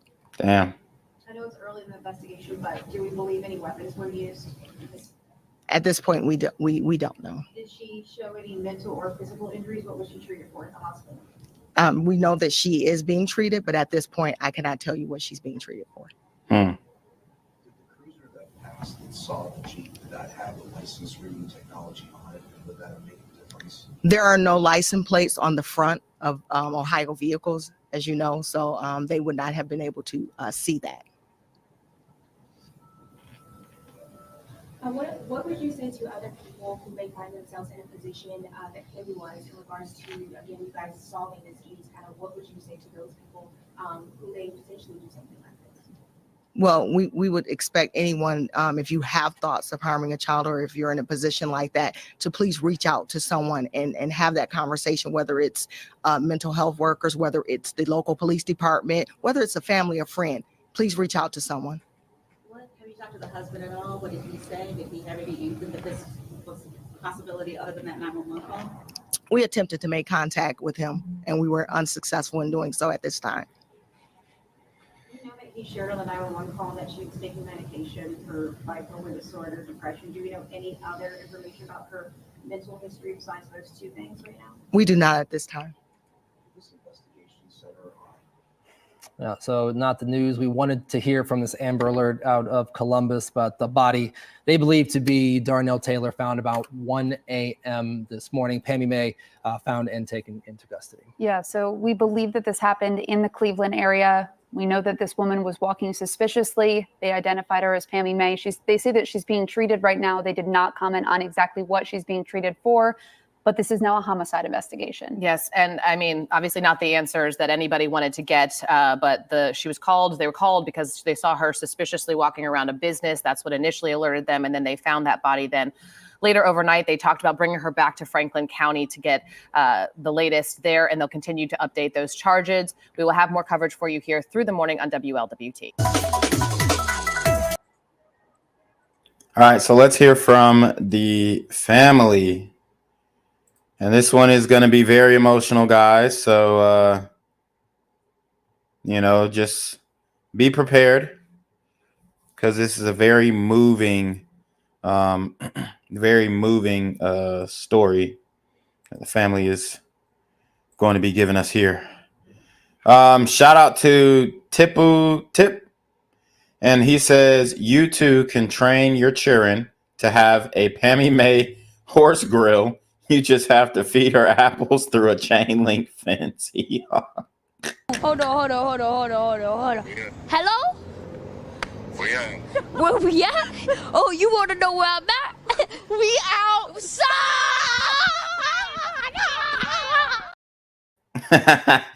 Now that is funny as hell. That's funny as hell. See, guys, it's not all doom and gloom, right? We get some jokes in. Please bring him home. Those were the emotional words yesterday of the grandfather of 5-year-old Darnell Taylor. Today, the family got news that no one wanted to hear. Darnell's body was found early this morning in Columbus after his custodial mother, Pammy Maye, was arrested near Cleveland. This Amber Alert case played out as we all watched and prayed. Bree Buckley is here now with the timeline. Bree, good evening. Yeah, Russ, good evening to you. Just a heartbreaking end to the search that lasted 2 days from when the Amber Alert was activated to each new detail that unfolded. So many Ohioans became invested in the well-being of this young boy. His life tragically cut short as police now search for answers. It all started early Wednesday morning around 3 a.m. She just said, I got a plan, and that's when I called you, and I told her I'm not going to jail for her. That 911 call from 48-year-old Pammy Maye's husband, sharing grim details after she took off from their South Columbus. And she thought her husband would be down with this sick act. I mean, it's just horrible. Home, activating a statewide Amber Alert as the search began for 5-year-old Darnell Taylor, Pammy's custodial son. Her Jeep found empty just a few hours later Wednesday morning here at the Parkview Estates in Brooklyn. Thursday night, Darnell's paternal grandparents, who gave custody to Pammy, calling her a close family friend, pled for his safe return. Pammy, what you doing? This is Darnell. You love him. Then later that night around 9:30. She's distraught and won't tell anybody what's going on. She also has no shoes on. She's found less than a mile away from where her Jeep was left after she walked into this envelope business on Tiedemann Road, asking for help to contact her husband, refusing to give her name. There's a felony warrant attached with her. It's a really scary thing to think about, that she could have been around my entire house. Police took Pammy to Metro Health. Detectives interviewed her, which led them to this sewage drain on Marsdale Avenue in Southwest Columbus, where they found Darnell's body around 1 a.m. Friday. This is not the outcome that we wanted. But we're going to make sure that we do everything that we can to bring justice for Darnell. One question now, who is Pammy Maye and why did this end so tragically? In the 911 call, her husband says she suffers from depression and bipolar disorder, but has been on medication. Darnell's grandparents say her and her husband were in their wedding, calling her family. Damn. Darnell's got it rough. We couldn't handle him. I hate to say we couldn't handle him, but we didn't want him in the system. But they say Pammy cut off all contact with them, and they hadn't seen Darnell since July. So they filed for visitation rights through the court and had a virtual hearing that she didn't show up for just last week. Damn. Wondering now if that's what triggered this response. He had family. We didn't abandon him. He was always smiling and laughing. Wow. As you can see the pictures. She will now face a murder charge back in Franklin County.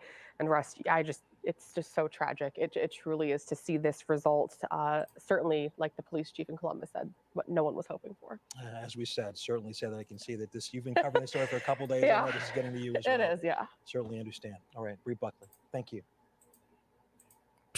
Wow. And I'm trying to get that full interview, so I'll keep looking for it. But if you guys have it too, just hit me up in maybe the Instagram DMs or something. But we're going to learn more about the family and background and just Darnell's situation. Hearing from a grandmother in devastating pain who is now determined to get justice for her innocent grandson. 5-year-old Darnell Taylor was found murdered yesterday morning after an Amber Alert. His legal guardian in jail right now. Michelle Nix has the emotional conversation on just one station. What just rips your heart out about this case is that 5-year-old Darnell Taylor was placed in the legal custody of someone he should have felt safe with. Instead, 48-year-old Pammy Maye is now accused of killing an innocent child.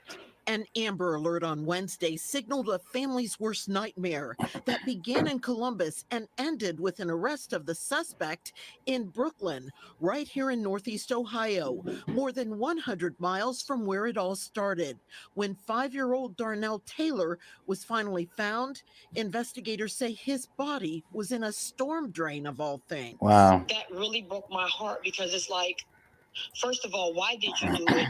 And then now you threw him out in the sewers like he was a piece of trash. Shonda McGee of Columbus is the maternal grandmother of Darnell. Her heart forever broken as she struggles to understand how a woman entrusted with the little boy's care now stands accused of doing the unthinkable. I feel that she feels that, well, if I can't have him, nobody else can have him. Yep. McGee says there had been strange. And that's exactly it.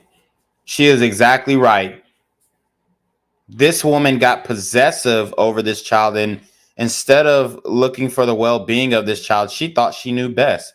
And she thought that this child, you know, she believed that this child would be better off dead. And she made that determination by herself, didn't consult family, didn't do it. She just, well, like the woman said, if nobody has her, or if I can't have them, nobody can. And although I think maybe the maternal grandmother or somebody should have took more initiative to take this child on and you know, really take care of this child, she was left responsible and she volunteered for the job, and just to murder this child in the way she did, it's unbelievable, unspeakable, unforgivable. This woman is a monster. She is a super sister gremlin on demon time. Behavior by Pammy Maye, who had blocked both sets of grandparents from calling the child. Wow. So 4 grandparents went to court fighting for visitation with Darnell. Another hearing was set for March 11th. McGee wonders if Pammy Maye thought the child would be taken away. Why would you take it upon yourself to kill an innocent child? Why? Some family members also feel Children's Services failed them, although the guidelines for checking on legal guardians is far different than if Maye and her husband would have been foster parents. As a caseworker, you should have stepped up. Even if you had to take law enforcement to that house and step up and say, okay, you guys are not abiding by the grandparents. Yeah. What hurts the most? Nothing can bring Darnell back. Darnell was, he was such a loving child. He will give you the biggest hug. The smile alone just makes your heart melt. The 5-year-old will never have a chance to grow up and spend a lifetime with those he loved. And with Pammy, whatever the judge throw at her, let him throw it at her. Right now, I say God is in your hand, because I know God is going to do right and find justice for my grandson. Yeah, she definitely deserves the death penalty, in my opinion. Pammy Maye was taken to Metro Health by Brooklyn police when she was arrested on Friday. It's unclear if she's been released from the hospital, but she could go before a judge as early as Monday for her initial appearance on murder charges. Reporting in the newsroom, Michelle Nix, 19 News. Michelle, thank you. And once again, Maye is charged with murder. 19 News will be closely following this horrific case in the days, weeks, and months ahead. And we'll keep you updated on every development as soon as it happens on TV, online, and on the 19 News app. Oh, man. I mean, I want to say that we'll never hear a story like this again. This is a once in a lifetime story. I haven't seen this type of thing in all my 28, 29 years in this world. I wish I could say all these things, but I can't, because it's not true. Where is Darnell Taylor? Tonight, pictures of him line the walls of his biological family's home. It's been nearly 48 hours since Taylor and his legal guardian, Pammy Maye, disappeared, and there's still no sign of them. Good evening, and thanks for joining us at 11. I'm Yolanda Harris. And I'm Andrew Kinsey. Tonight, Darnell's family is speaking for the first time about his disappearance, and they spoke only to 10 TV's Carly Dion, who's live in studio tonight with this story. And Carly, this interview, quite emotional. It is, Andrew and Yolanda. Tonight, I spoke with Anthony and Tawanda Baines, who say they're the biological grandparents of Darnell and have been friends with Pammy Maye for many years. They shared with me what they would say to Pammy if they had the chance. Just in disbelief right now. Just A family in shambles. Pammy, what you doing? A desperate plea from Darnell's biological grandparents, just hoping to get their grandson back. This is Darnell. You love him. Please bring him home. Anthony Baines. Damn, man. And I feel bad for this brother. Obviously, you could see the love they had for this young man. And it's heartbreaking, man. It really is. It's sad that I even have to report on this. It is, man. But we do have to ask, why the hell did y'all give this young man to this bitch? Out of all the people, I know you didn't want him to be in the system, but to give the young man to this bitch, I don't think y'all really did y'all research on this woman. She is a nasty, horrible, wicked woman. A lot of people who y'all think are friends and this, that, and the third, and you think you're friends with, they're evil people behind closed doors. And I don't think enough was put into really understanding who this woman was. Baines says a friend called them early Wednesday morning saying there was an Amber Alert for Darnell. I couldn't believe my ears. we didn't see this coming at all. Now, Anthony and his wife Tawanda say they feel partially to blame. See, it's kind of our fault that Pammy got Darnell. The couple says they used to. Kinda. I mean, I ain't trying to twist the knife in, but it's very much y'all's fault, respectfully. To take care of Darnell, but it got to be too much for them. Darnell's kind of rough. So here is the original mother, I guess, the birth mother, and then maybe her mother. I don't know why she couldn't take care of, well, obviously she's a single mom with 3 kids. And they tried to hand the child down throughout the family or whatnot. I don't really know the timeline and the situation. But it just goes to show that these single mothers cannot take care of these children, y'all. Like, I don't know how many stories we have to cover on these women giving up the child or deleting the child, God forbid, but it happens oftentimes, more often than you think. Shout out to Nasha for the $10 Cash App. She says, for loving your live streams. Hold on. Hello? Where we at? Oh, you want to know where I'm at? We outside! Yeah, I appreciate that. I appreciate that. Because, yeah, man, I mean, these women, a lot of them, we need to get back to the what works, and that is the nuclear family model. There is no father in the picture, as you guys can see. Darnell and his siblings right there. And honestly, they look like they come from different daddies. Look, Darnell and his brother got, I mean, dare I say, I don't, they have squinted eyes, dare I say, chinky eyes. No disrespect to the Asian community, but very squinty eyes, right? And then The daughter is a wide eye. So I don't know what's going on here. Maybe 2 different baby daddies. I'm just speculating. I don't know for sure. Don't quote me on it. But obviously, she could not handle these children. And that is why the young man ended up bouncing from home to home. We couldn't handle him. I hate to say we couldn't handle him, but we didn't want him in the system. So Anthony says they looked to their close friend who was like family, Pammy. Darnell's aunt, Quenisha King, says she's known Pammy since she was 5 years old. Damn. This is not like her at all, the person that I thought that I knew.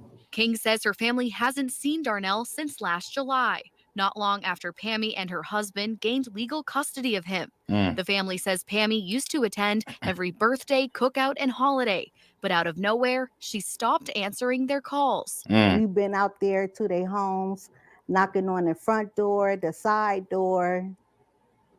No answer. We thought maybe she's keeping him from us so he can be a part of their family first. But 6 months, what? That's a long time. Nah, that ain't right. That ain't right. That is not right. Very few answers to their questions. Their family is choosing to focus on the good, like that infectious smile they know and love. As you can see the pictures, he's something else. Their love for Darnell on full display. He has a bubbly personality. He's always smiling, always dancing. We just wanted to see him, spend time with him, love on him. As they continue to hope and pray for a positive outcome. Pammy, just bring him home. You guys come on back wherever you at. She ain't got no Now, as clue. for Pammy's husband, police tell us he's been fully cooperative throughout their investigation. Carly Dion, 10 TV News.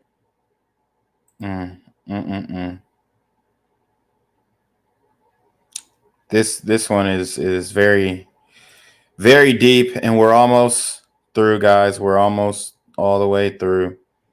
Let's see. Okay, I think I already went through this one. Oh yeah, here we go. Let's see. Oh, sorry. All right, here we go. Always dancing, always doing always smiling, always dancing, always doing some type of moves. Yeah, he's just so down to earth. I would have never imagined that it'll be my nephew, it'll be my family. I always thought, well, that's sad to hear someone else's family member in the news, but when it's yours, it hits differently and it hits very hard. That's the aunt of Darnell Taylor, this missing child at the center of the Amber Alert. So you heard what she said. She always thought that it would be somebody else's family, and she always read stories about other people's families. But then when it happens to your family, it hits home. That's how 99% of the community feels about the gang violence and the super gremlin issue in the community and the demon time activities. That's 99% of the community thinks that way. It doesn't matter until it happens to them. Then they want to speak up about it. Then they want to be on the right side of things. But by then, it's too late. Alert.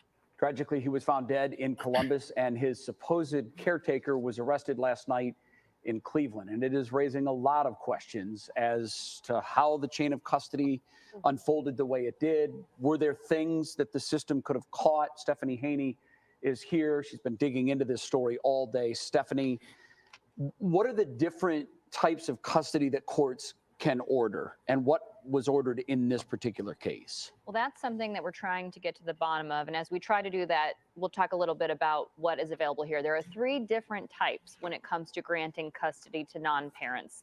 And the orders come from different courts depending on the circumstances of each case.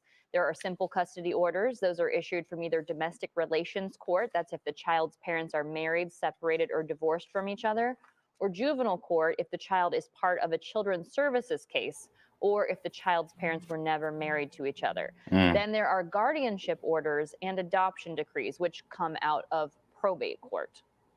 Are these permanent rulings, or can these orders be changed in certain circumstances depending on what happens? It really depends on the type of order. Some can. They have varying levels of rights associated with them. Now, a custody order and a guardianship order are similar in terms of the rights that they come with. With a custody order, the biological parents still have the right to visit the child, and they can also ask the judge to give custody back.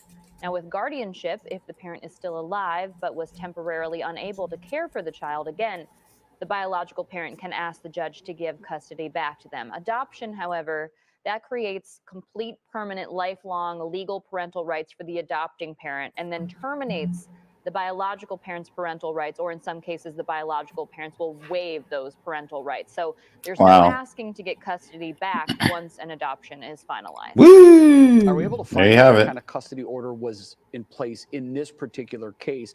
And I'm curious to know, there were red flags here.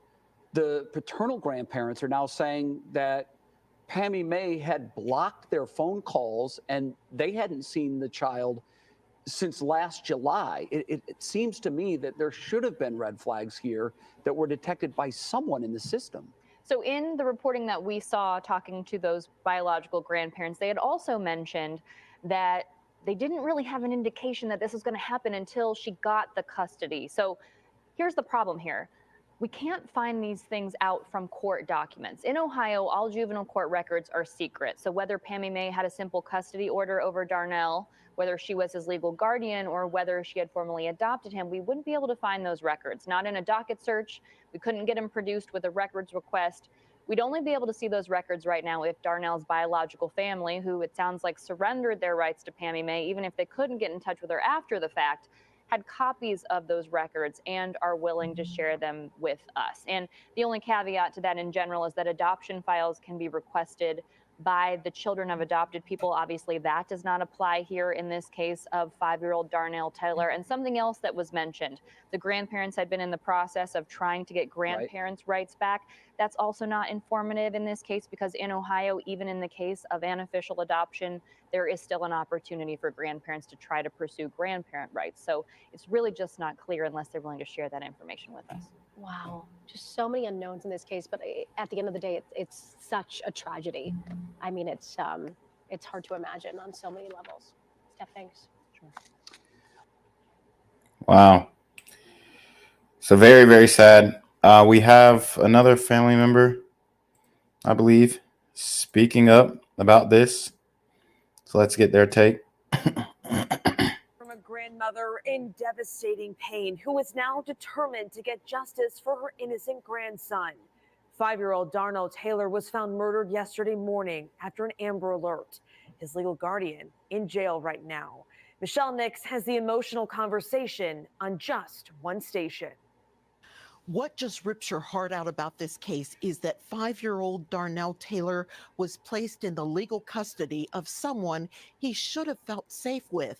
Instead, 48-year-old Pammy Maye is now accused of killing an innocent child.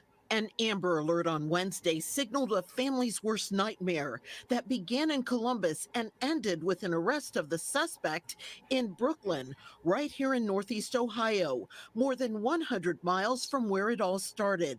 When 5-year-old Darnell Taylor was finally found, investigators say his body was in a storm drain of all things. That really broke my heart because it's like, first of all, why did you do it? And then now you threw him out in the sewers like he was a piece of trash. Shonda McGee of Columbus is the maternal grandmother of Darnell. Her heart forever broken as she struggles to understand how a woman entrusted with the little boy's care now stands accused of doing the unthinkable. I feel that she feels that, well, if I can't have him, nobody else can have him. McGee says there had been strange behavior by Pammy Maye, who had blocked both sets of grandparents from calling the child. So 4 grandparents went to court, fighting for visitation with Darnell. Another hearing was set for March 11th. McGee wonders if Pammy Maye thought the child would be taken away. Why would you take it upon yourself to kill an innocent child? Why? Some family members also feel Children's Services failed them, although the guidelines for checking on legal guardians is far different than if May and her husband would have been foster parents. As a caseworker, you should have stepped up. Even if you had to take law enforcement to that house and step up and say, okay, you guys are not abiding by the grandparents. What hurts the most? Nothing can bring Darnell back. Darnell was, he was such a loving child. He would give you the biggest hug. The smile alone just makes your heart melt. The 5-year-old will never have a chance to grow up and spend a lifetime with those he loved. And with Pammy, whatever the judge throw at her, let him throw it at her. Right now, I say God is in your hand, because I know God is going to do right and find justice for my grandson. Pammy Maye was taken to Metro Health by Brooklyn police when she was arrested on Friday. It's unclear if she's been released from the hospital, but she could go before a judge as early as Monday for her initial appearance on murder charges. Reporting in the newsroom, Michelle Nix, 19 News. Wow. So, let's see. So we're going to just get a little update on how Miss Pammy's doing. And then we're going to try and remember who this young man was. And then we'll go ahead and conclude the stream. Guys, make sure you like the video. Make sure you share the video. This one is very sad, very upsetting. And, you know, it has really opened up our eyes to the dangers that are going on and the danger that a lot of these children are being exposed to in the community with these, you know, batshit crazy women, honestly. Very sad. Shouldn't happen, but here we are. So let's go ahead and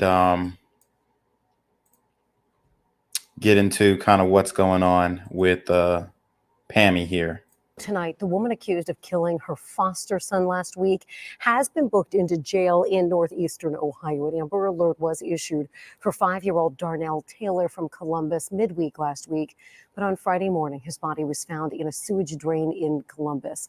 Police say his legal guardian, Pammy Maye, is responsible for his death. She was taken into custody near Cleveland on Friday and booked into the Cuyahoga County Jail yesterday. She's facing murder, kidnapping, and child endangering charges. Columbus police expect that she will be returned to Franklin County, but have not said yet when they expect that will happen.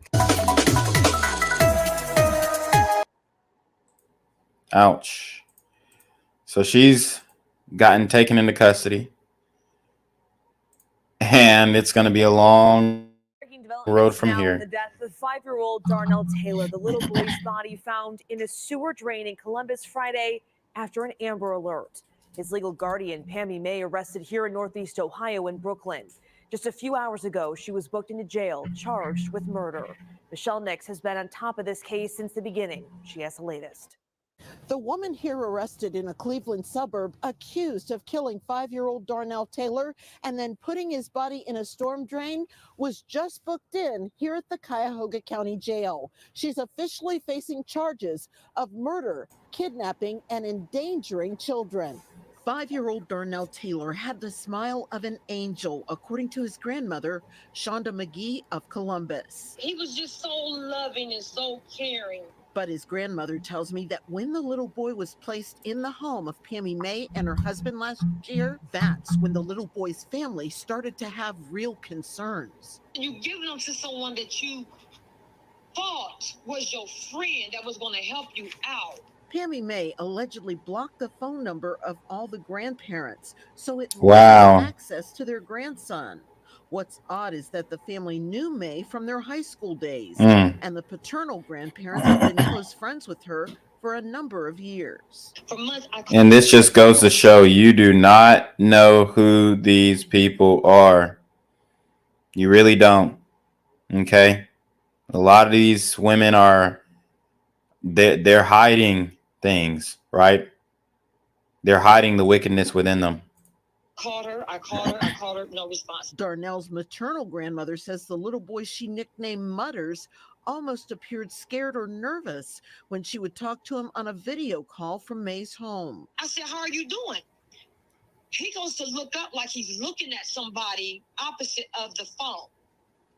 And then he looks at me, he's like, I'm doing good. And then he put his head down. McGee says Pammy Maye, who was Darnell's legal guardian, also never showed up for a court hearing with the grandparents on Zoom. They reported the problems with Maye to the caseworker and filed paperwork demanding visitation with another hearing set for March. For her to do what she did, knowing that I was going to get him this weekend, to me, I felt that she feels that, well, that maybe when we go on the 11th, that we were going to take him from that household. Now the family is determined to get answers and justice for Darnell, and they pray his death is a signal that the children's services system needs to do more when families express concerns. Sources say it will be up to Columbus police detectives to determine when to transfer murder suspect Pammy Maye from Cuyahoga County to Franklin County, and it's likely she will appear in court sometime this week to answer to the murder charge. Reporting in Cleveland, Michelle Nix, 19 News. Michelle, thank you. And you can count on our continuing coverage as the story develops in the coming days, weeks, and months. However long it takes, we're going to stay on top of this. Anytime news breaks, you can find it first on the 19 News app. Yeah, so I mean, it definitely sounds like they probably were abusing that child. They probably, you know, was being very physical, it seems. I don't know if it was coming from the mother, the father, but it looks like that child did not go into a good situation. Right now, though, we also want to head over to Monica Robbins. She is at Metro Health Medical Center as we hear from Taylor's biological grandparents. Hey, Monica. Yeah, Matt, that's right.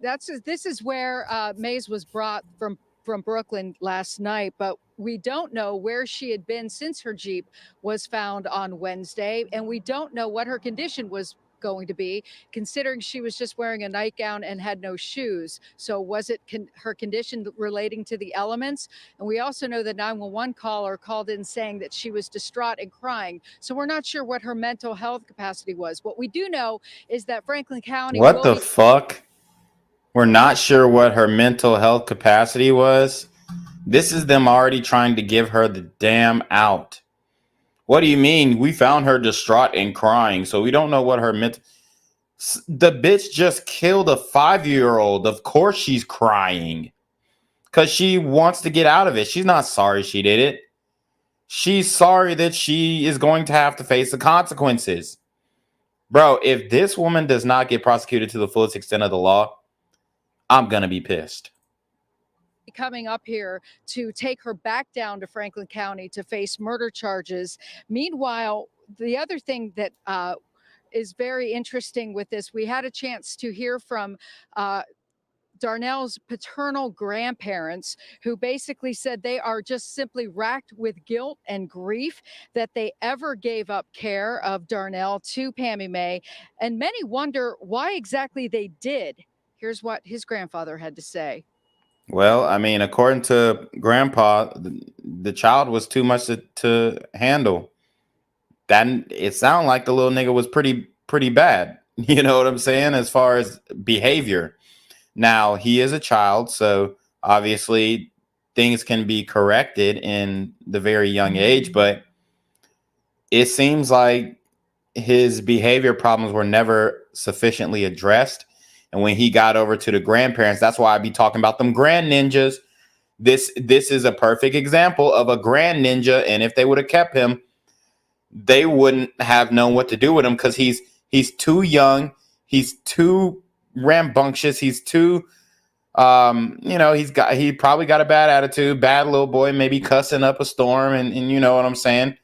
Badass little kid. Learned it from his, whoever he was with, I guess his birth parents. So he was probably a pretty tough kid to deal with. And I've come across children like this before, and they need stern discipline, not abuse, but they need stern discipline. And sometimes it might get physical, and the grandparents, they just really couldn't inflict that discipline. But there's a fine line between discipline and abuse. And, you know, I think that Pammy Maye and her husband probably, well, obviously she went too far, but they probably were trying to deal with the behavioral issues as well. And she couldn't beat it out of him, so she killed him.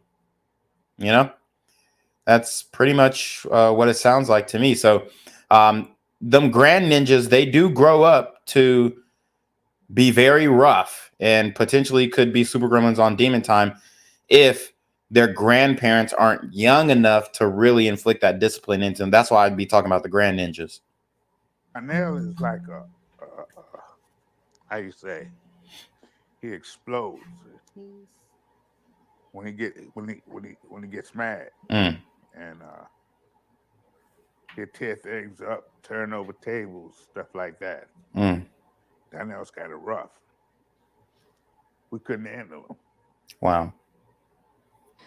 Now, coming up at 5 and 6, the grandparents explain how Pammy Maye became Darnell's guardian, why they haven't seen him since last July, and the potential reason behind why all of this spiraled out of control. Jay, back to you. Monica, just a terribly sad situation. Thank you very much. We appreciate the reporting. Yeah, and I don't know why, but I'm trying to find this full interview, but I don't see a full version anywhere. It's just clips. But I mean, it sounds very insightful. It sounds like we can pretty much understand exactly what happened through this interview, but unfortunately, I can't find the full version of it. Let me try a couple more things. But in the meantime, we will watch this video of Darnell and how he is being remembered. Well, tonight, Darnell's biological family is mourning his loss. Just yesterday, we sat down with his biological grandparents and his aunt. Their long wait for answers is over tonight, but their heartbreak is just beginning. That sweet smile. He was always smiling and laughing. As you can see the pictures, he's something else. Captured in photos that hang on the walls of this family's home. Darnell was the one that didn't want to stop taking pictures. He had the biggest smile. He didn't want to leave. Like, he just enjoyed taking pictures so much. Photos of Darnell Taylor, a little boy who was so loved. That's my grandson. He's like my son.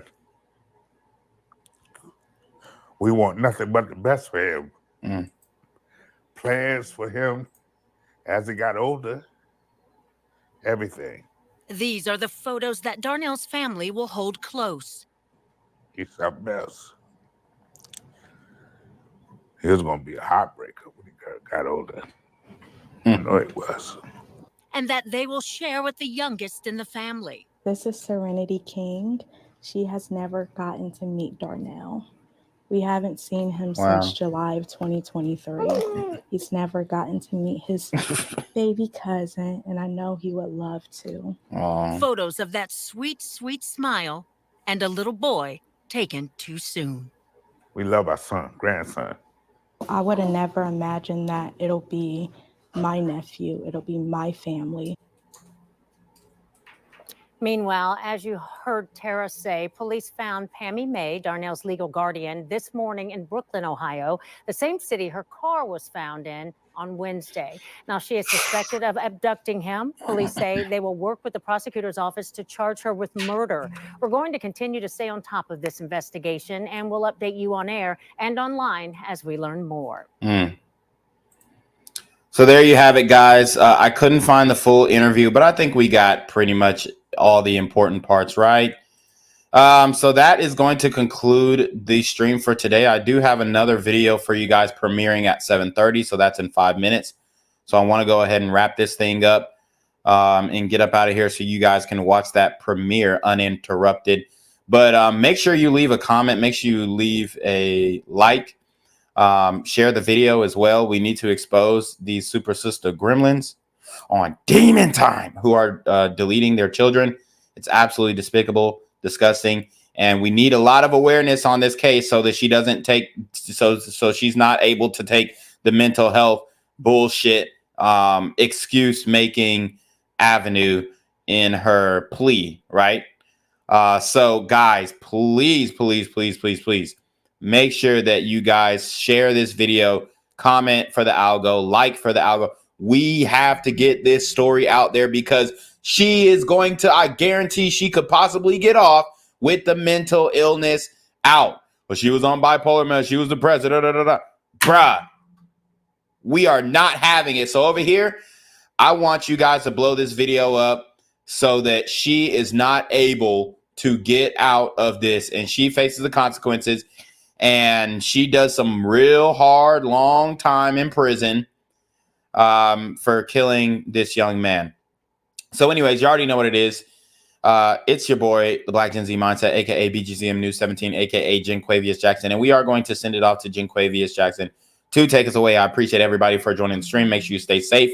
And please share the video, like the video, comment immediately after the stream, and check out the premiere at 7:30. It's going to be a good one. We're talking about interracial crimes, and this one you aren't going to want to miss. So make sure you guys like this video and go straight to the premiere right after commenting under this live stream. So anyways, I appreciate you guys. Have a good night, and do not forget, it is the utmost importance to remember that these super sister gremlins are on Demon Time.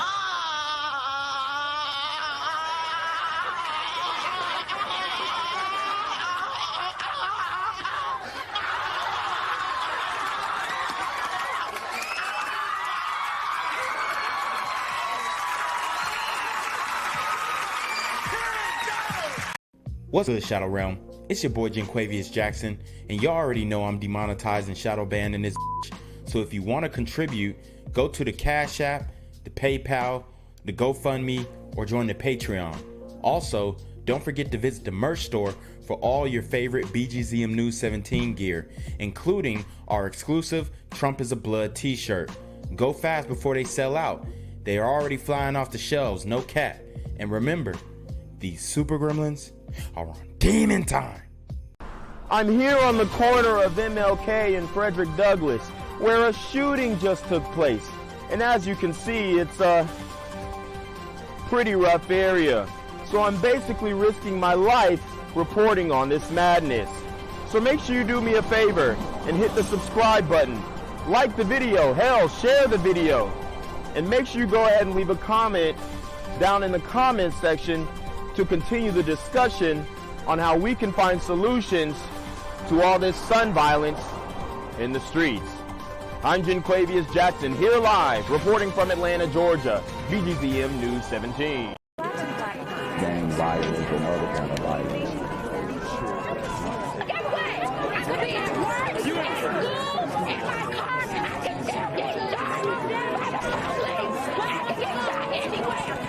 So it is what it is.